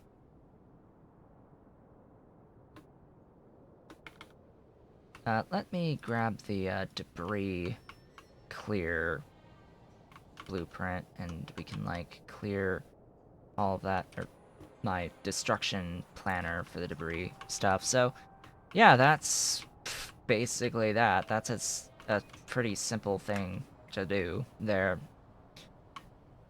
Theoretically, I just need to bring in the pipes of stuff, but I know that I am severely limited by the amount of phosphine and phosphoric acid that needs to be fed into here, uh, as well as the zinc, actually, and I know that I currently am lacking on the phosphate stuff, the phosphate-related stuff, particularly because we're down to just one mining phosphate rocks. So yeah, that's a bit of a problem. That is a little bit of a problem. I need to get phosphate mines. If I can remember where they exist. There we go. Pretty sure I've been making them, and I absolutely have. There was something else. How much power am I using? 3.5. I've got plenty of extra. But I just want to make note, because last time was like a day we got non-zero amounts of a lot of things. Like, last time was amazing. Just the sheer amount of new stuff. Now that I've gotten, like, the Circuit 3s set up, I set up Super Alloy. I bootstrapped enough Super Alloy to start this being produced, and also set up special small parts. So we have Super Alloy, we have special small parts, and therefore I was in the process of making a lot of things that need Super Alloy and special small parts. So last time was very much a major non-zero day. Major non-zero day. We have derps. We now have derps, direct reduction plants, DRPs, or derps. We've got phytoplankton farms. We've got bioreactors. We've slowly but surely are getting assembling machine 3s to get glorious come-outs enclosures, as well as the gen labs. These are the two things, well, these are the four things, actually, that I needed to set up that helium blueprint, in which I needed super alloy and special small parts, because these two, the gen lab and the come-outs, need assembling machine 3s. Yeah. We also have special small parts, which is absolutely glorious. We've got stuff. We've got stuff and the things. The stuff and the things. Now, have they brought me these? They are still on their way to bring me those. Where am I going to do this additional processing / mining of the phosphates? Well, there are 5 here, right out here. A total of 1 point... No, each of these. This one's 1, This one's 1.3, 1.3, 1.4, and half. And there's more here also over 1. So this is actually a pretty decent patch. I've said I wanted it to, like, be over 2, though. Like, all of this is good, all of this is good. I think just for simplicity's sake, I may just go out here and grab these. Now, I have said that I want to get everything that I possibly can that can be gotten without mining through the processes of getting it without mining. The exception is going to have to be phosphate rocks, because the alternative method of getting phosphate rocks without mining it involves an incredibly annoying amount of collagen. And as we've seen with collagen, it's massive. It's collagen is massive, okay? And in terms of the space requirements, and we're already at going on sub 40 UPS. So I'm going to have to, like, overrule all of that to go with this process for now.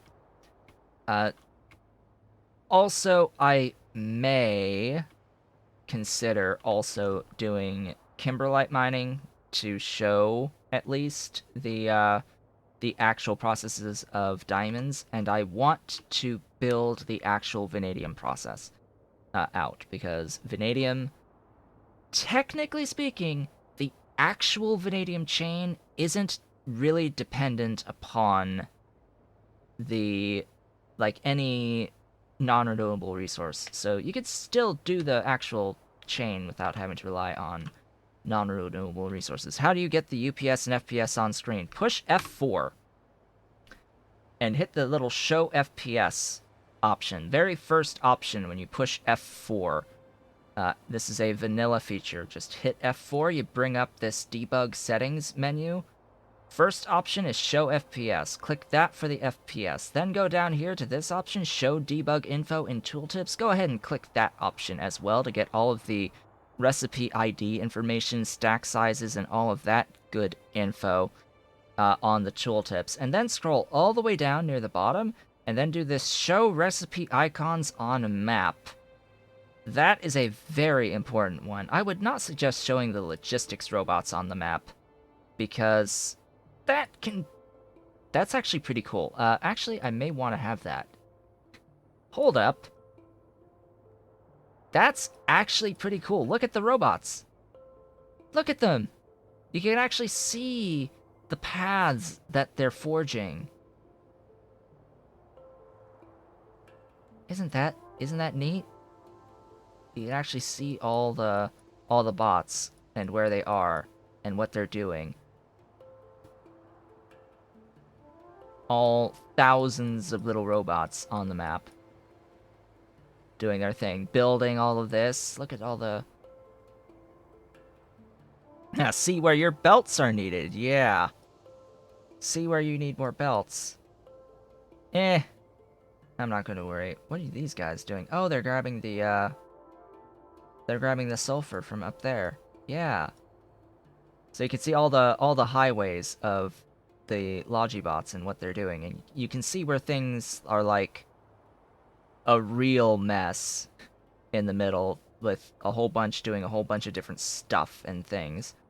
This would also be a way to tell if you have any that are, like, stuck, and any that are backing up at charging stations, I suppose, as they go and they do their thing. So that's cool. I don't think I want to keep that going. And then you can actually show logistic robot targets. I think that's not a map view thing. Yeah, that's pretty cool.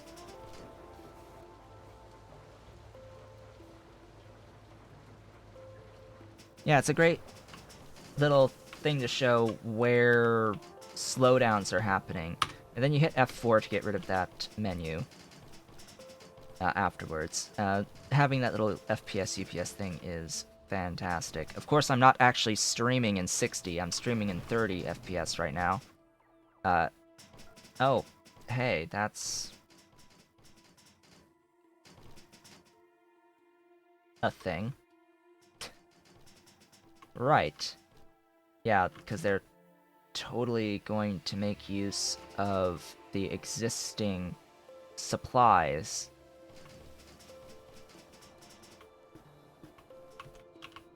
Sure. Yeah, go ahead and make use of the existing supplies. They've built this fast! Holy crap. They built this real fast. Sure. They built that quick. A little bit faster than I was anticipating.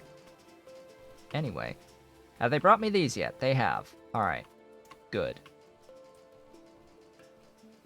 We're going to find a path to the left, and we're going to start setting up this phosphate processing.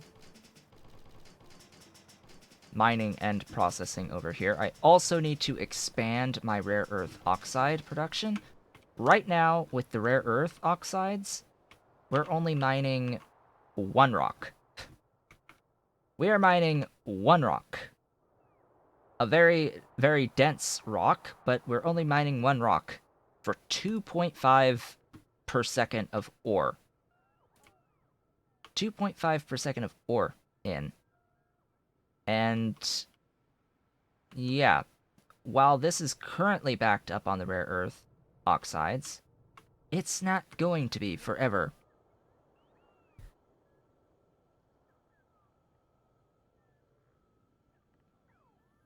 Yeah, I would say do your bot transition at green science. Like, the moment you hit green science, switch to robot-based base. Like, don't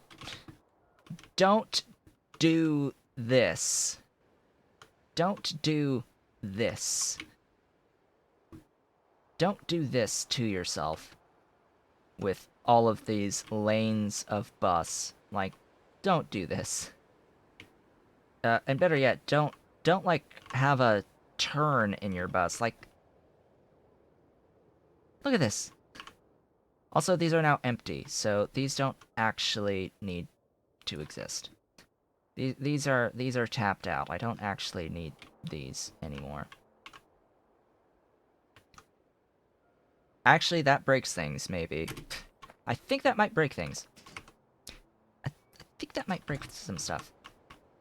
I could be wrong. I think that might break a few things. Need to go up more. Look at my bots. My beautiful bots. They're doing things. Stuff and things. They're doing their jobs. Alright, so... Phosphates. Phosphates. That's what we need. Phosphates. Keep telling yourself that. I need lots and lots of phosphates. Processing. Likely more than even these 5 mining thingies can provide me. These use drill heads too. Oh boy. Yeah, that's the other thing. Alright, drill heads. Drill heads. That's gonna be needed out here. But hey, we can put them on the network and be fine, right? Oh yeah, I can totally make... I can totally make the, thingies now.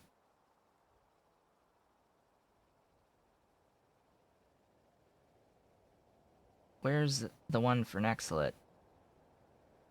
Why is the one for Nextlet not on this page?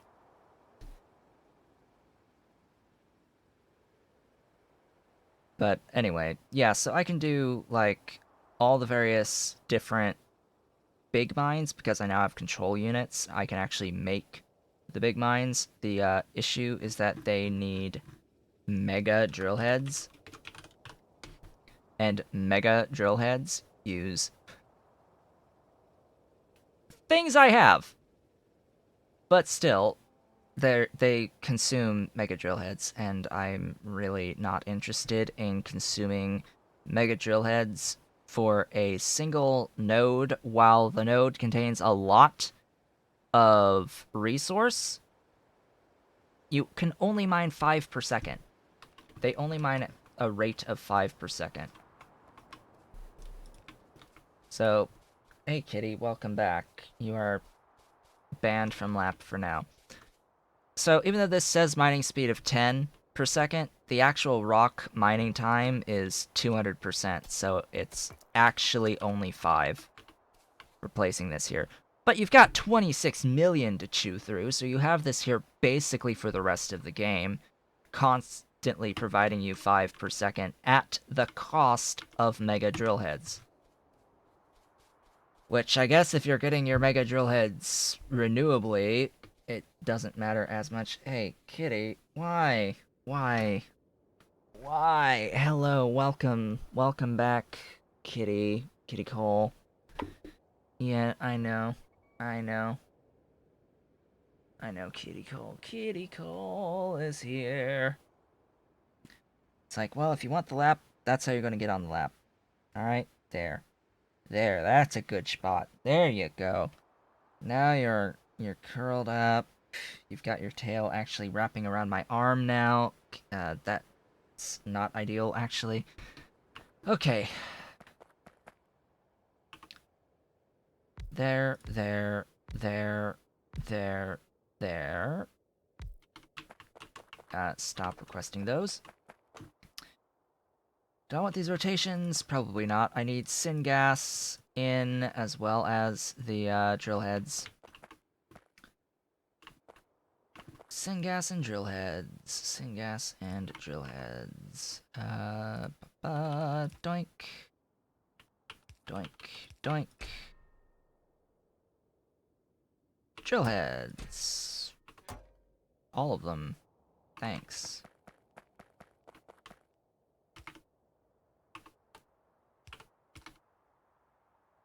Drill heads.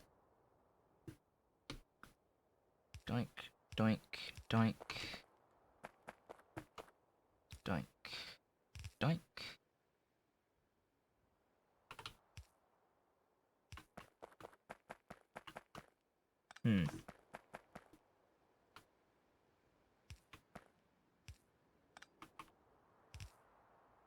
That'll work.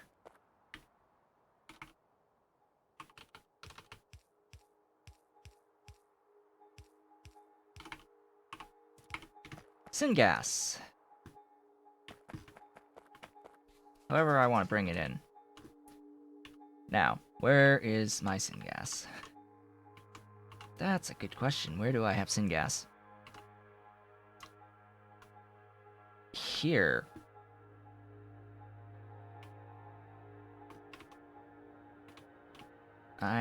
Oh, right, and I can do these 3 as well, if I so desired. 5 of these is... So this is taking mining productivity into account now, by the way. That... does make sense?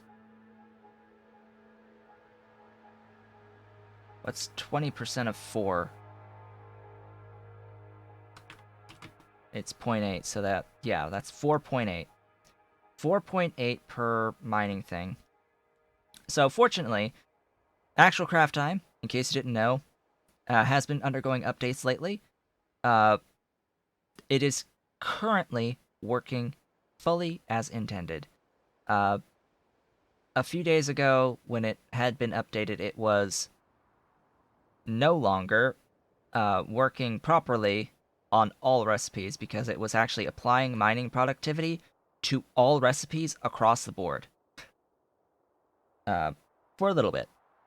I fixed that for myself for last stream, but it is now officially fixed. So now mining productivity properly only applies to stuff that is mined and not to stuff that is not mined, as was the case prior.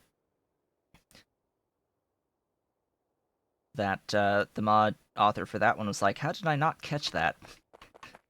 Yeah, I wonder that too. How did you not catch that? That's like easy mode type stuff to make note of, to notice. Like, you probably should have noticed that. I totally put that on the output, didn't I? Yep, totally did that. Don't mind me. Don't mind me. That's going to be on this inside. Had it right the first time. That's going to be on this outside lane. That's going to be on this inside lane. Is it what was causing the crash when using the slider? No. There was no crash when using the slider. Recently. However, so the recent updates to actual craft time includes like a complete code refactor, which has eliminated the previous issues. So you no longer need to make any updates manually to actual craft time for it to work properly. You no longer need to make any manual updates to actual craft time for it to work properly with the recent updates. Previously, there were 2 lines of code if you're using Pyanodon's mods that needed to be modified so that it would not crash when looking at mines that required fluid. That was one, and the other one was with the Pyanodon's pump jacks. Pretty sure it is currently working with the pump jacks. Alright. Let me grab Syn gas, which, how far over was that? Here. I will take this Syn gas.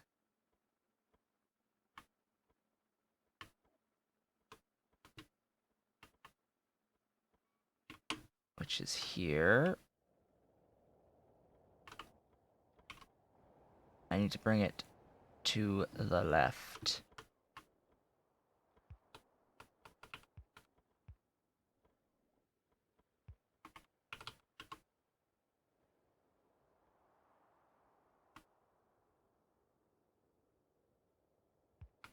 Yeah, so with actual craft time previous versions, or the previous version, before this code refactor, you had to do manual edits for it to actually work properly.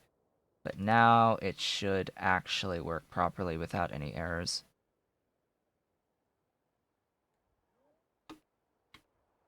Yeah, someone had reported the bug, and I also, like, did what I could to talk about what you needed to do. Like, in my tutorials, in the mod overview with suggested companion mods, I specifically addressed that there were issues with actual craft time, and that it's a really good mod to use, but you need to do these fixes to it, these 2 specific fixes to it, in order to actually use it without it crashing.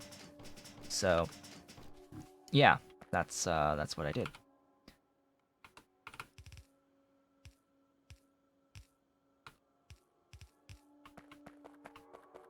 And then you...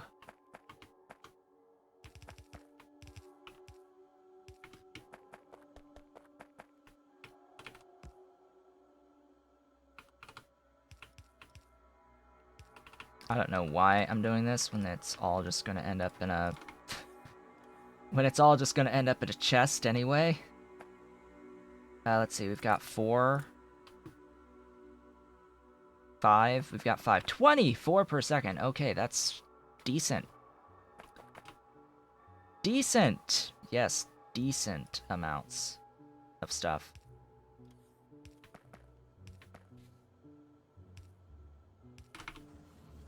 Feed the machines. Oh, wait, you know what? I can totally do this. But that would, like, really decrease the amount per second. It would... the only reason to do this would be to get more output from these mines. It makes them last longer. I don't really think I need them to last longer, per se. So, yeah, that would be that. Let's get these pipes placed. Thanks to the power of nanobots. Again, kicking myself that I took so very long to actually start using nanobots in this playthrough. I went for a very long time without using nanobots, and yeah. I'm using nanobots. Until the end of time. I will not use nanobots.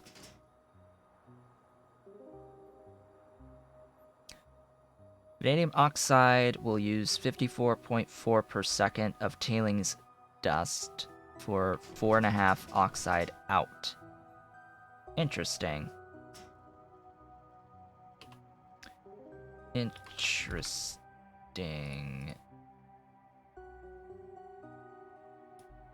Where is that recipe? U. So... that. So... that. Not even considering how much tar you're getting out, they can also turn into more tailings dust. Yeah. I'm not concerned about tailings dust, ever. I won't be concerned about tailings dust once I start doing that process. Hey, we've got stuffs. We've got all the stuffs. All of the stuffs. It's 100 per second on the syngas, though, which, eh. It's all being shoved in. Beautiful phosphate rocks. Now, I want to shove the phosphate rocks into a chest so that they are available. There are recipes that are using phosphate rocks. Cough, cough. The pentasulfide recipe for my Aerofloat 15. Yeah, that's using this stuff. So I want to make sure that I have it.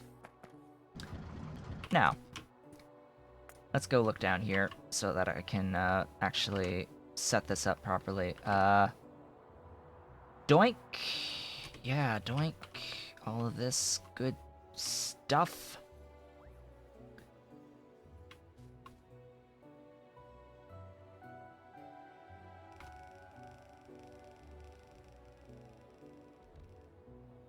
Alright.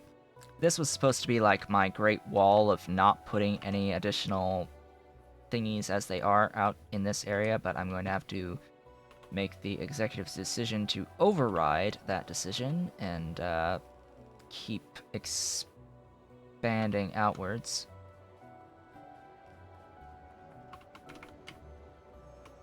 With a new 2x2. With a brand new 2x2. This needs to be there. Excuse me.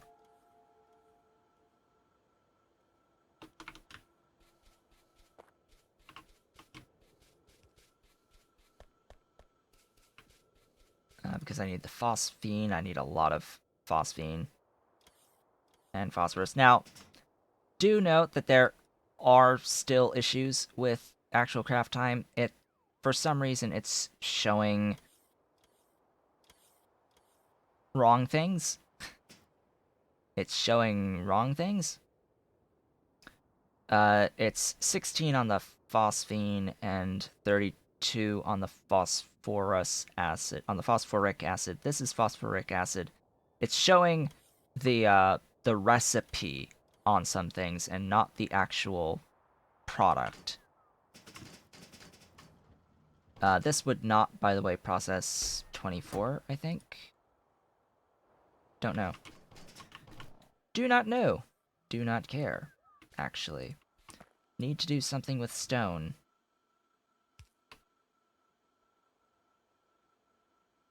Didn't I just show how to do something with stone? Like, here, make tar. And tailings dust. You there. you here. Yeah, that'll work. 24, huh? Come on, bots. Do the thing. Really? Even at Mark II? Wow. Even at Mark II, I need 4.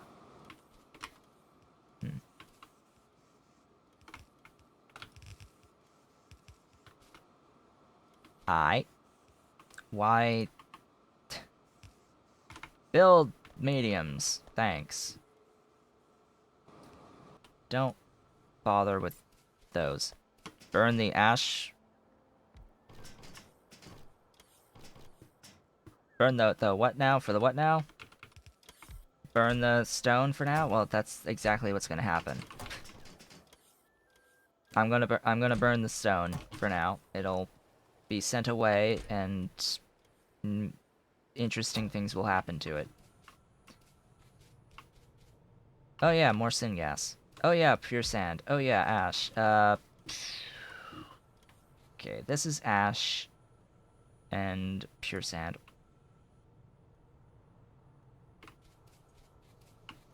Right, stuff and things. You can do productivity modules. Yes, absolutely. It's very tempting to actually do that. Not going to, though. Right. What I can do is... You need to die. And be moved. This will be ash.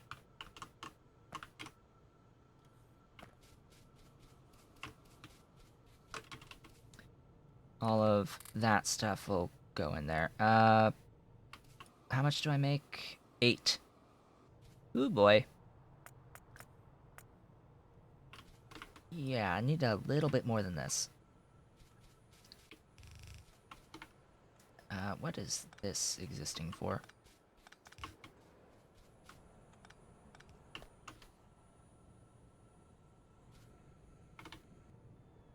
7, huh?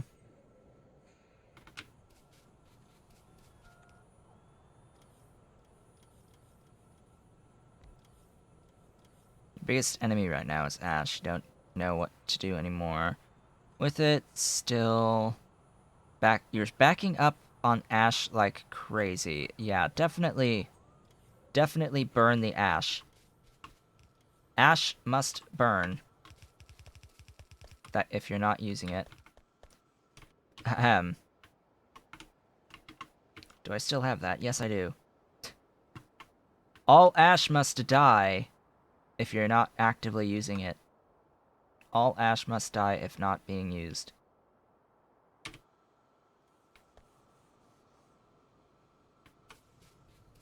Alright, let's see. I need to grab this again. That's slightly inconvenient. That is not the type of pipe I want. That's the type of pipe I want. It's full of syngas. Pure sand and ash. That is the next thing. I have a setup for pure sand. Pure sand, I need... Oh. That's a little bit of pure sand. You know, I need just a little bit of pure sand. Aight. That is not a blue belt. But that is more than a red belt. Hey, folks, I think it's time to build blue belts.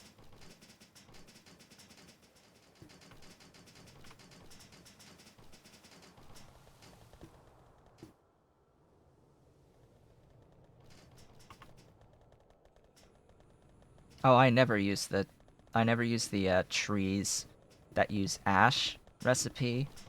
It's like there's a lot of tree recipes that use byproducts I, like, avoid that like the plague.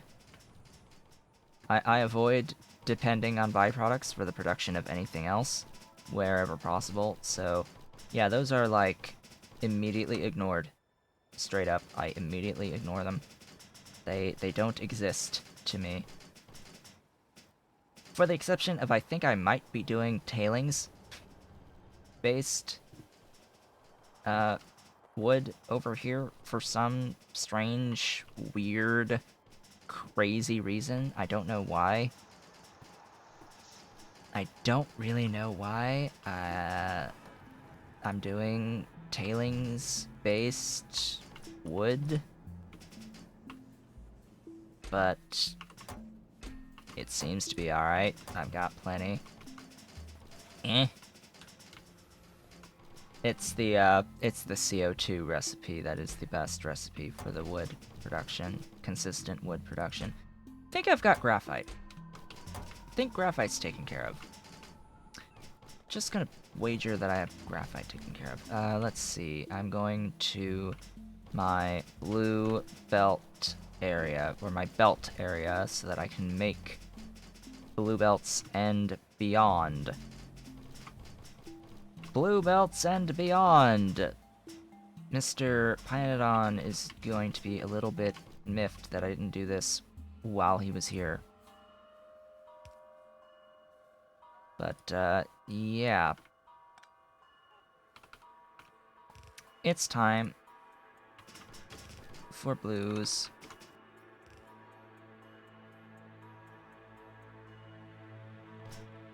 Time for the blues to exist. Maybe these... Maybe the ultra-fasts? The issue with the ultra-fasts is, well, they get really expensive really fast.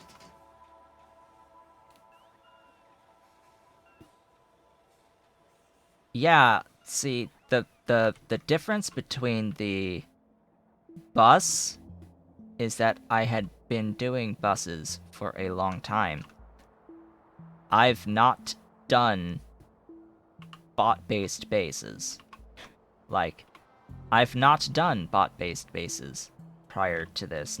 Definitely not to this scale either, so I just simply don't have the experience of knowing how to properly design a bot-based base, and I've sort of just been learning as I've gone, and just arbitrarily decided, hey, let's just do this grid-type pattern of just squares, and not consider having any walkways between the squares or anything like that. Let's, like, not design things as they needed to be designed, and just go with it.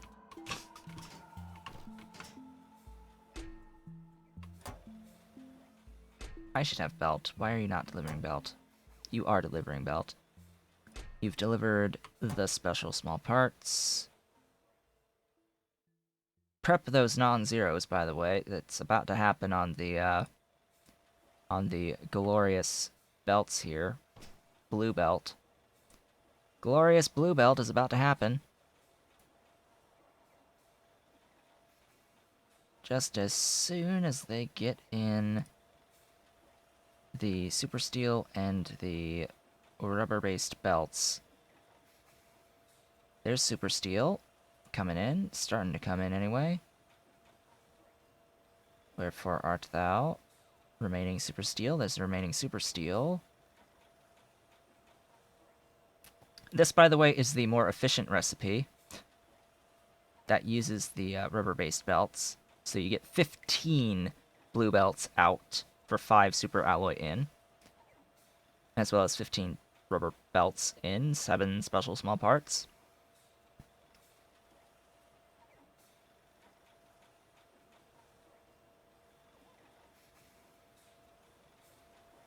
So basically be Nalaus is what you're saying, Arkraven? Train mega squares with, yeah, you're describing city blocks. You are actually describing city blocks from Nalaus. So anyway, I mean, if it works, it works, right? If it works, it works. The issue is that that's a lot of time designing to get it right. Non-zero blue belts. There we go. Non-zero blue belts. They are here. They have arrived. The blue belts have finally arrived. Also, the blue undergrounds have officially arrived. And we are soon going to see if I had any Circuit 2s around, the blue splitters. And we're seeing plenty of the, blue loaders. Yeah, non-zero blue belts. They exist. They are here to stay. To the point where I am probably just gonna say we're going to replace all of the things with blue belts. I might want to hold on to like a little bit of red, but yeah. Blue belts are going to be the primary thing that we will use from now on. I'm still going to need to hold on to some stuff that's red, but anyway, can I like steal some Circuit 2s from anywhere? Who's got some Circuit 2s I can steal? That would be much, much appreciated. Where's those? These guys. Yeah, these guys. Give me splitters. Let there be splitters. Where's my request for splitters?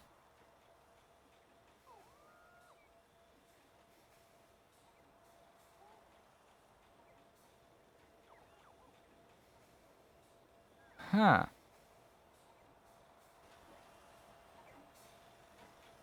Undergrounds, belts, loaders.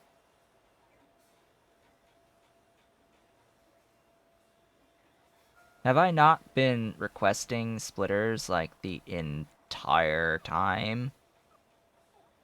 Or not requesting loaders or something like that the entire time? I just don't even. I odd at this point. I odd. Let's get rid of those. I need more logistic slots. I need more logistic slots. So, yeah, loaders. I could even also get these loaders if I really wanted to. And beyond.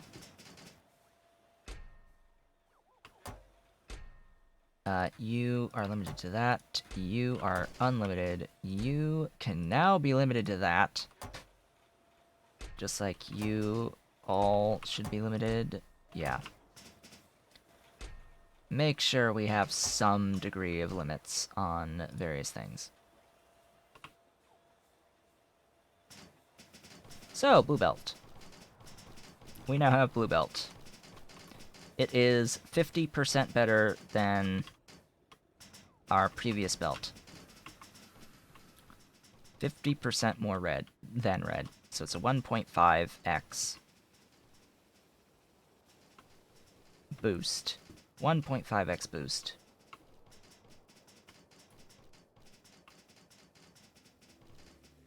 Better than nothing. And going to be required for the amount of stupidity that we need here. In the form of the pure sand. In the form of pure sand, we need lots of stupidity. Yeah. By the way, where the heck's the stuff again? Yeah, you. You.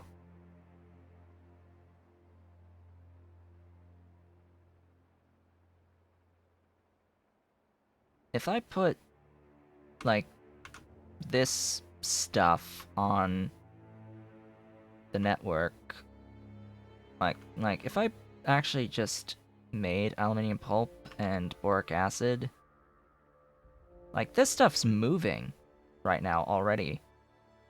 So if I added, like, the boric acid, the aluminium pulp 1, and such, these would be, like, moving. Oh, I forgot. How did that... Did I totally use the wrong... I potentially used infinity chests on these. Or something. Some other form of chest. Or I just miffed and didn't actually properly put the correct chest there. Oops. Hey, kitty. You moving? Skipped frames detected. That might have been the question mark, yeah. Something effed. Something got effed up there for some reason. Somehow, some way, shape, or form. 10 more minutes left today. 10 more minutes left in this stream. I'm glad to have at least gotten that blueprint made.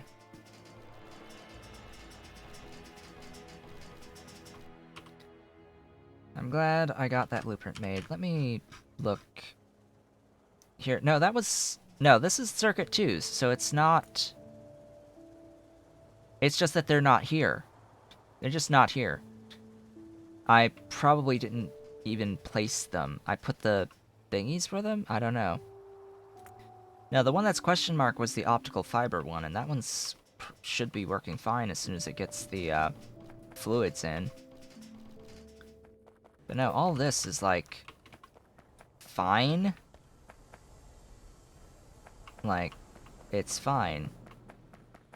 It's totally fine.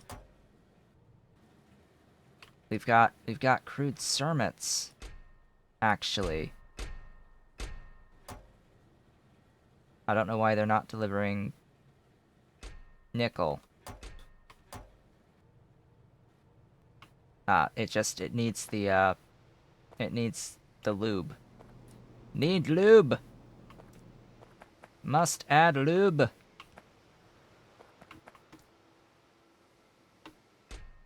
Don't need that. Need that. Need that.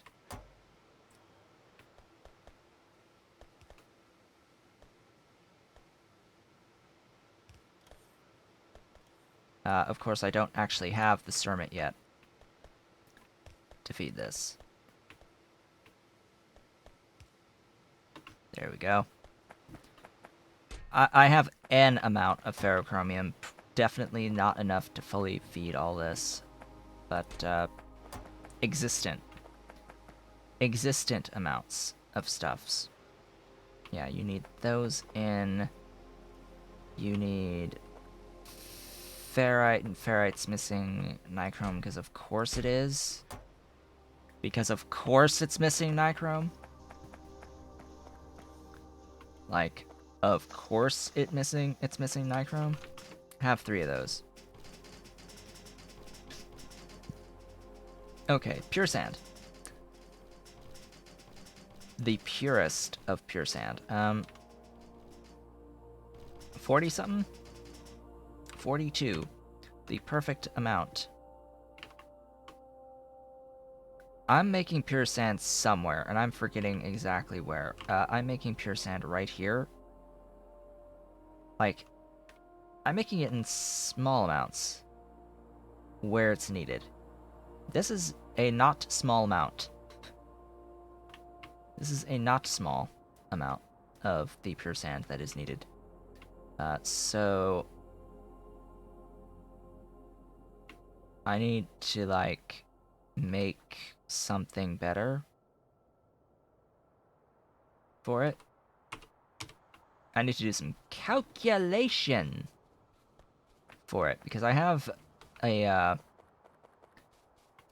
so I have a blueprint that'll give me 30 per second of sand. It is... Oh, hey, there's...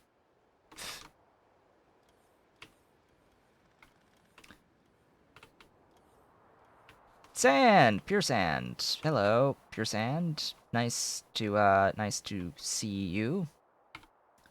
Excuse me, but I beg to differ that there is a thingy in the way. Hello, pure sand. I think this is 5 each. I think this is 30 per second, so it needs to expand a little bit more. But let's see here. Where be you? 30 per second. I'm going to need at least 2 of these.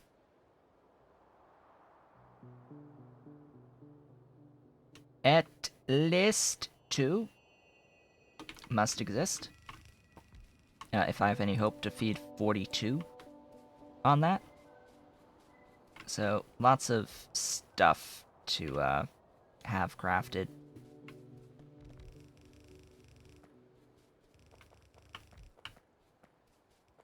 And it's needed in this step, that pure sand. Yeah, so you are going to be blue belt. First use of blue belt. Right here. First use of blue belt.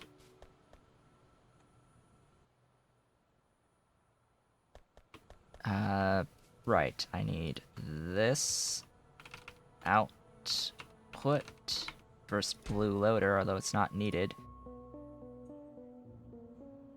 Ash, ash, ash. Wherefore art thou? Ash. There be ash. All of the ash. Bring me some of my 1.12 million ash. You know, I've just got 1.1 million units of ash just hanging out in storage across my base. You know, just casual 1 mil, over a mil units of ash. Like, sure, I've got ash. I'm scared to think of how many robots are actually on their way.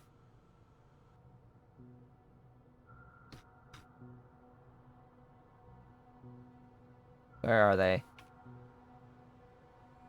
Here they come. Here comes the ash swarm.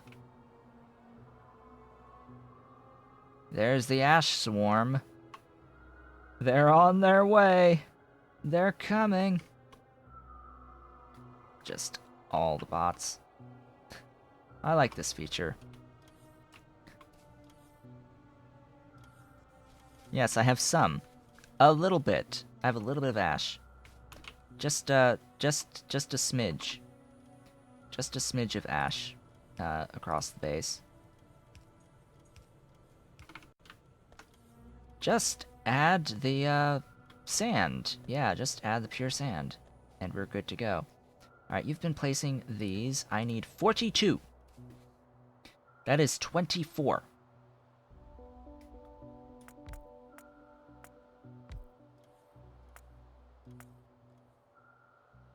Yeah, let's say we double this. When in doubt, double it. That's a thing, right? That's a thing we can do. I don't need those roboports, actually. When in doubt, double everything. Double all the things if you have any doubts.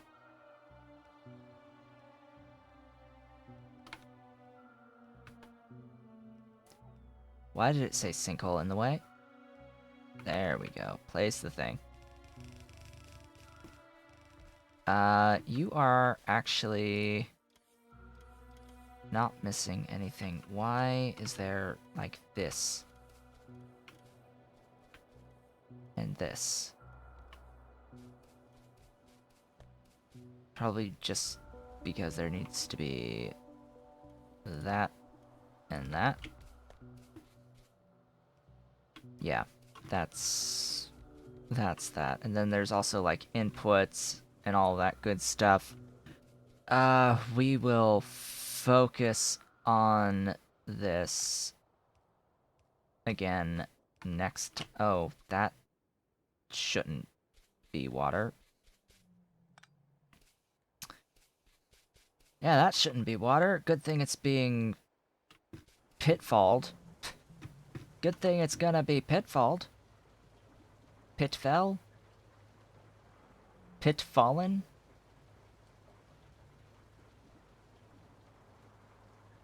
Anyway. We have just about hit that, time, unfortunately, for the day, folks. Alright, I'm, like, not requesting red belt anymore. I'd rather not actually use the blue belt. Yeah, we'll do that. I will do this for this area. Kill all of these rocks for me, please. I don't need these rocks. Any of these rocks. Oh, hey, there were a bunch of construction bots just sleeping out here. And now they have a purpose in life. Yes, go get rid of all that crap for me. Alright, with that, we've reached the end of the stream. Sadly. Sadly, we've reached the end of the stream. We've done this before, so I may finish doing this off-stream. I may finish doing this off-stream, or off-screen, I should say. Get all this logistics work set up. I mean, we've really already seen how to make circuit 2s, and I have now, like, explained the processes here on the optical fiber and all of that, and all the way up to our glorious extra 2-point-something circuit 2s per second. For reference, we're currently making 1 circuit 2 per second. This will add another over 2 to that, so... for reference, we need, like, 10. We need, like, 10 per second, but... For now, I'm just scaling up this and just, like, trying to consider how the hell I'm going to get all the zinc that I need for even just this. But anyway, with that, we reach the end. Kitty's still in the lap. He's gonna be sorely unhappy when I have to get up to eat momentarily. So what did we get done today? Well, we finished the blueprint for the circuit 2s, and we've come over here and we've placed the optical fiber and circuit 2 blueprints right in here. Did not run all of the logistics for it yet. We'll be doing that off stream, and set up our setup here to start doing some more phosphate mining. And with the size of these rocks, it should last for quite some time, and I've got these other 3 to help out as well when I eventually do need more, or when I will absolutely need more, and then I'll have to start coming out and outposting some of this stuff over there for yet more phosphate rocks. Glorious more phosphate rocks. Because we always will need more. We need lots of phosphate. Lots of it. If you have been enjoying the video and the series thus far, and you're watching the VOD on YouTube, please don't forget to comment, like, subscribe, and hit the notification bell. And if you are so inclined, head on over to twitch.tv/Otaku to leave a follow to be notified when I go live Sundays, Tuesdays, and Thursdays from 10 a.m. to approximately 1 p.m. U.S. Eastern Time. You can follow me on Twitter at Otaku Showboat, visit my website at otakushowboat.com, become a patron on Patreon at patreon.com/otakushowboat, and visit and join the Discord. The link is in the description, and if you are watching live, the Discord access is !Discord for that link in the chat. You can also help support Pyanodon's monster development at patreon.com/Pyanodon. Thursday, of course, is Halloween, and is the day that I stream Morrowind, and I will, of course, be wearing my glorious Red Panda Kigurumi on that day. Thank you so much for the cheer. Thank you so much for the cheer. Good day. Good day to everyone. I shall return on Halloween for Morrowind. We're going to be doing lots of exploity stuff. Lots of exploity stuff in Morrowind on Halloween, and I'll be, of course, wearing my Red Panda Kigurumi, and we will be back with more of the Factorio playthrough on Sunday as per usual. The tutorial going up later today is optical fiber and Kevlar and nylon, and the next one shall be etching solution into doped silicon. So look forward to those. I'll see you all on the next one.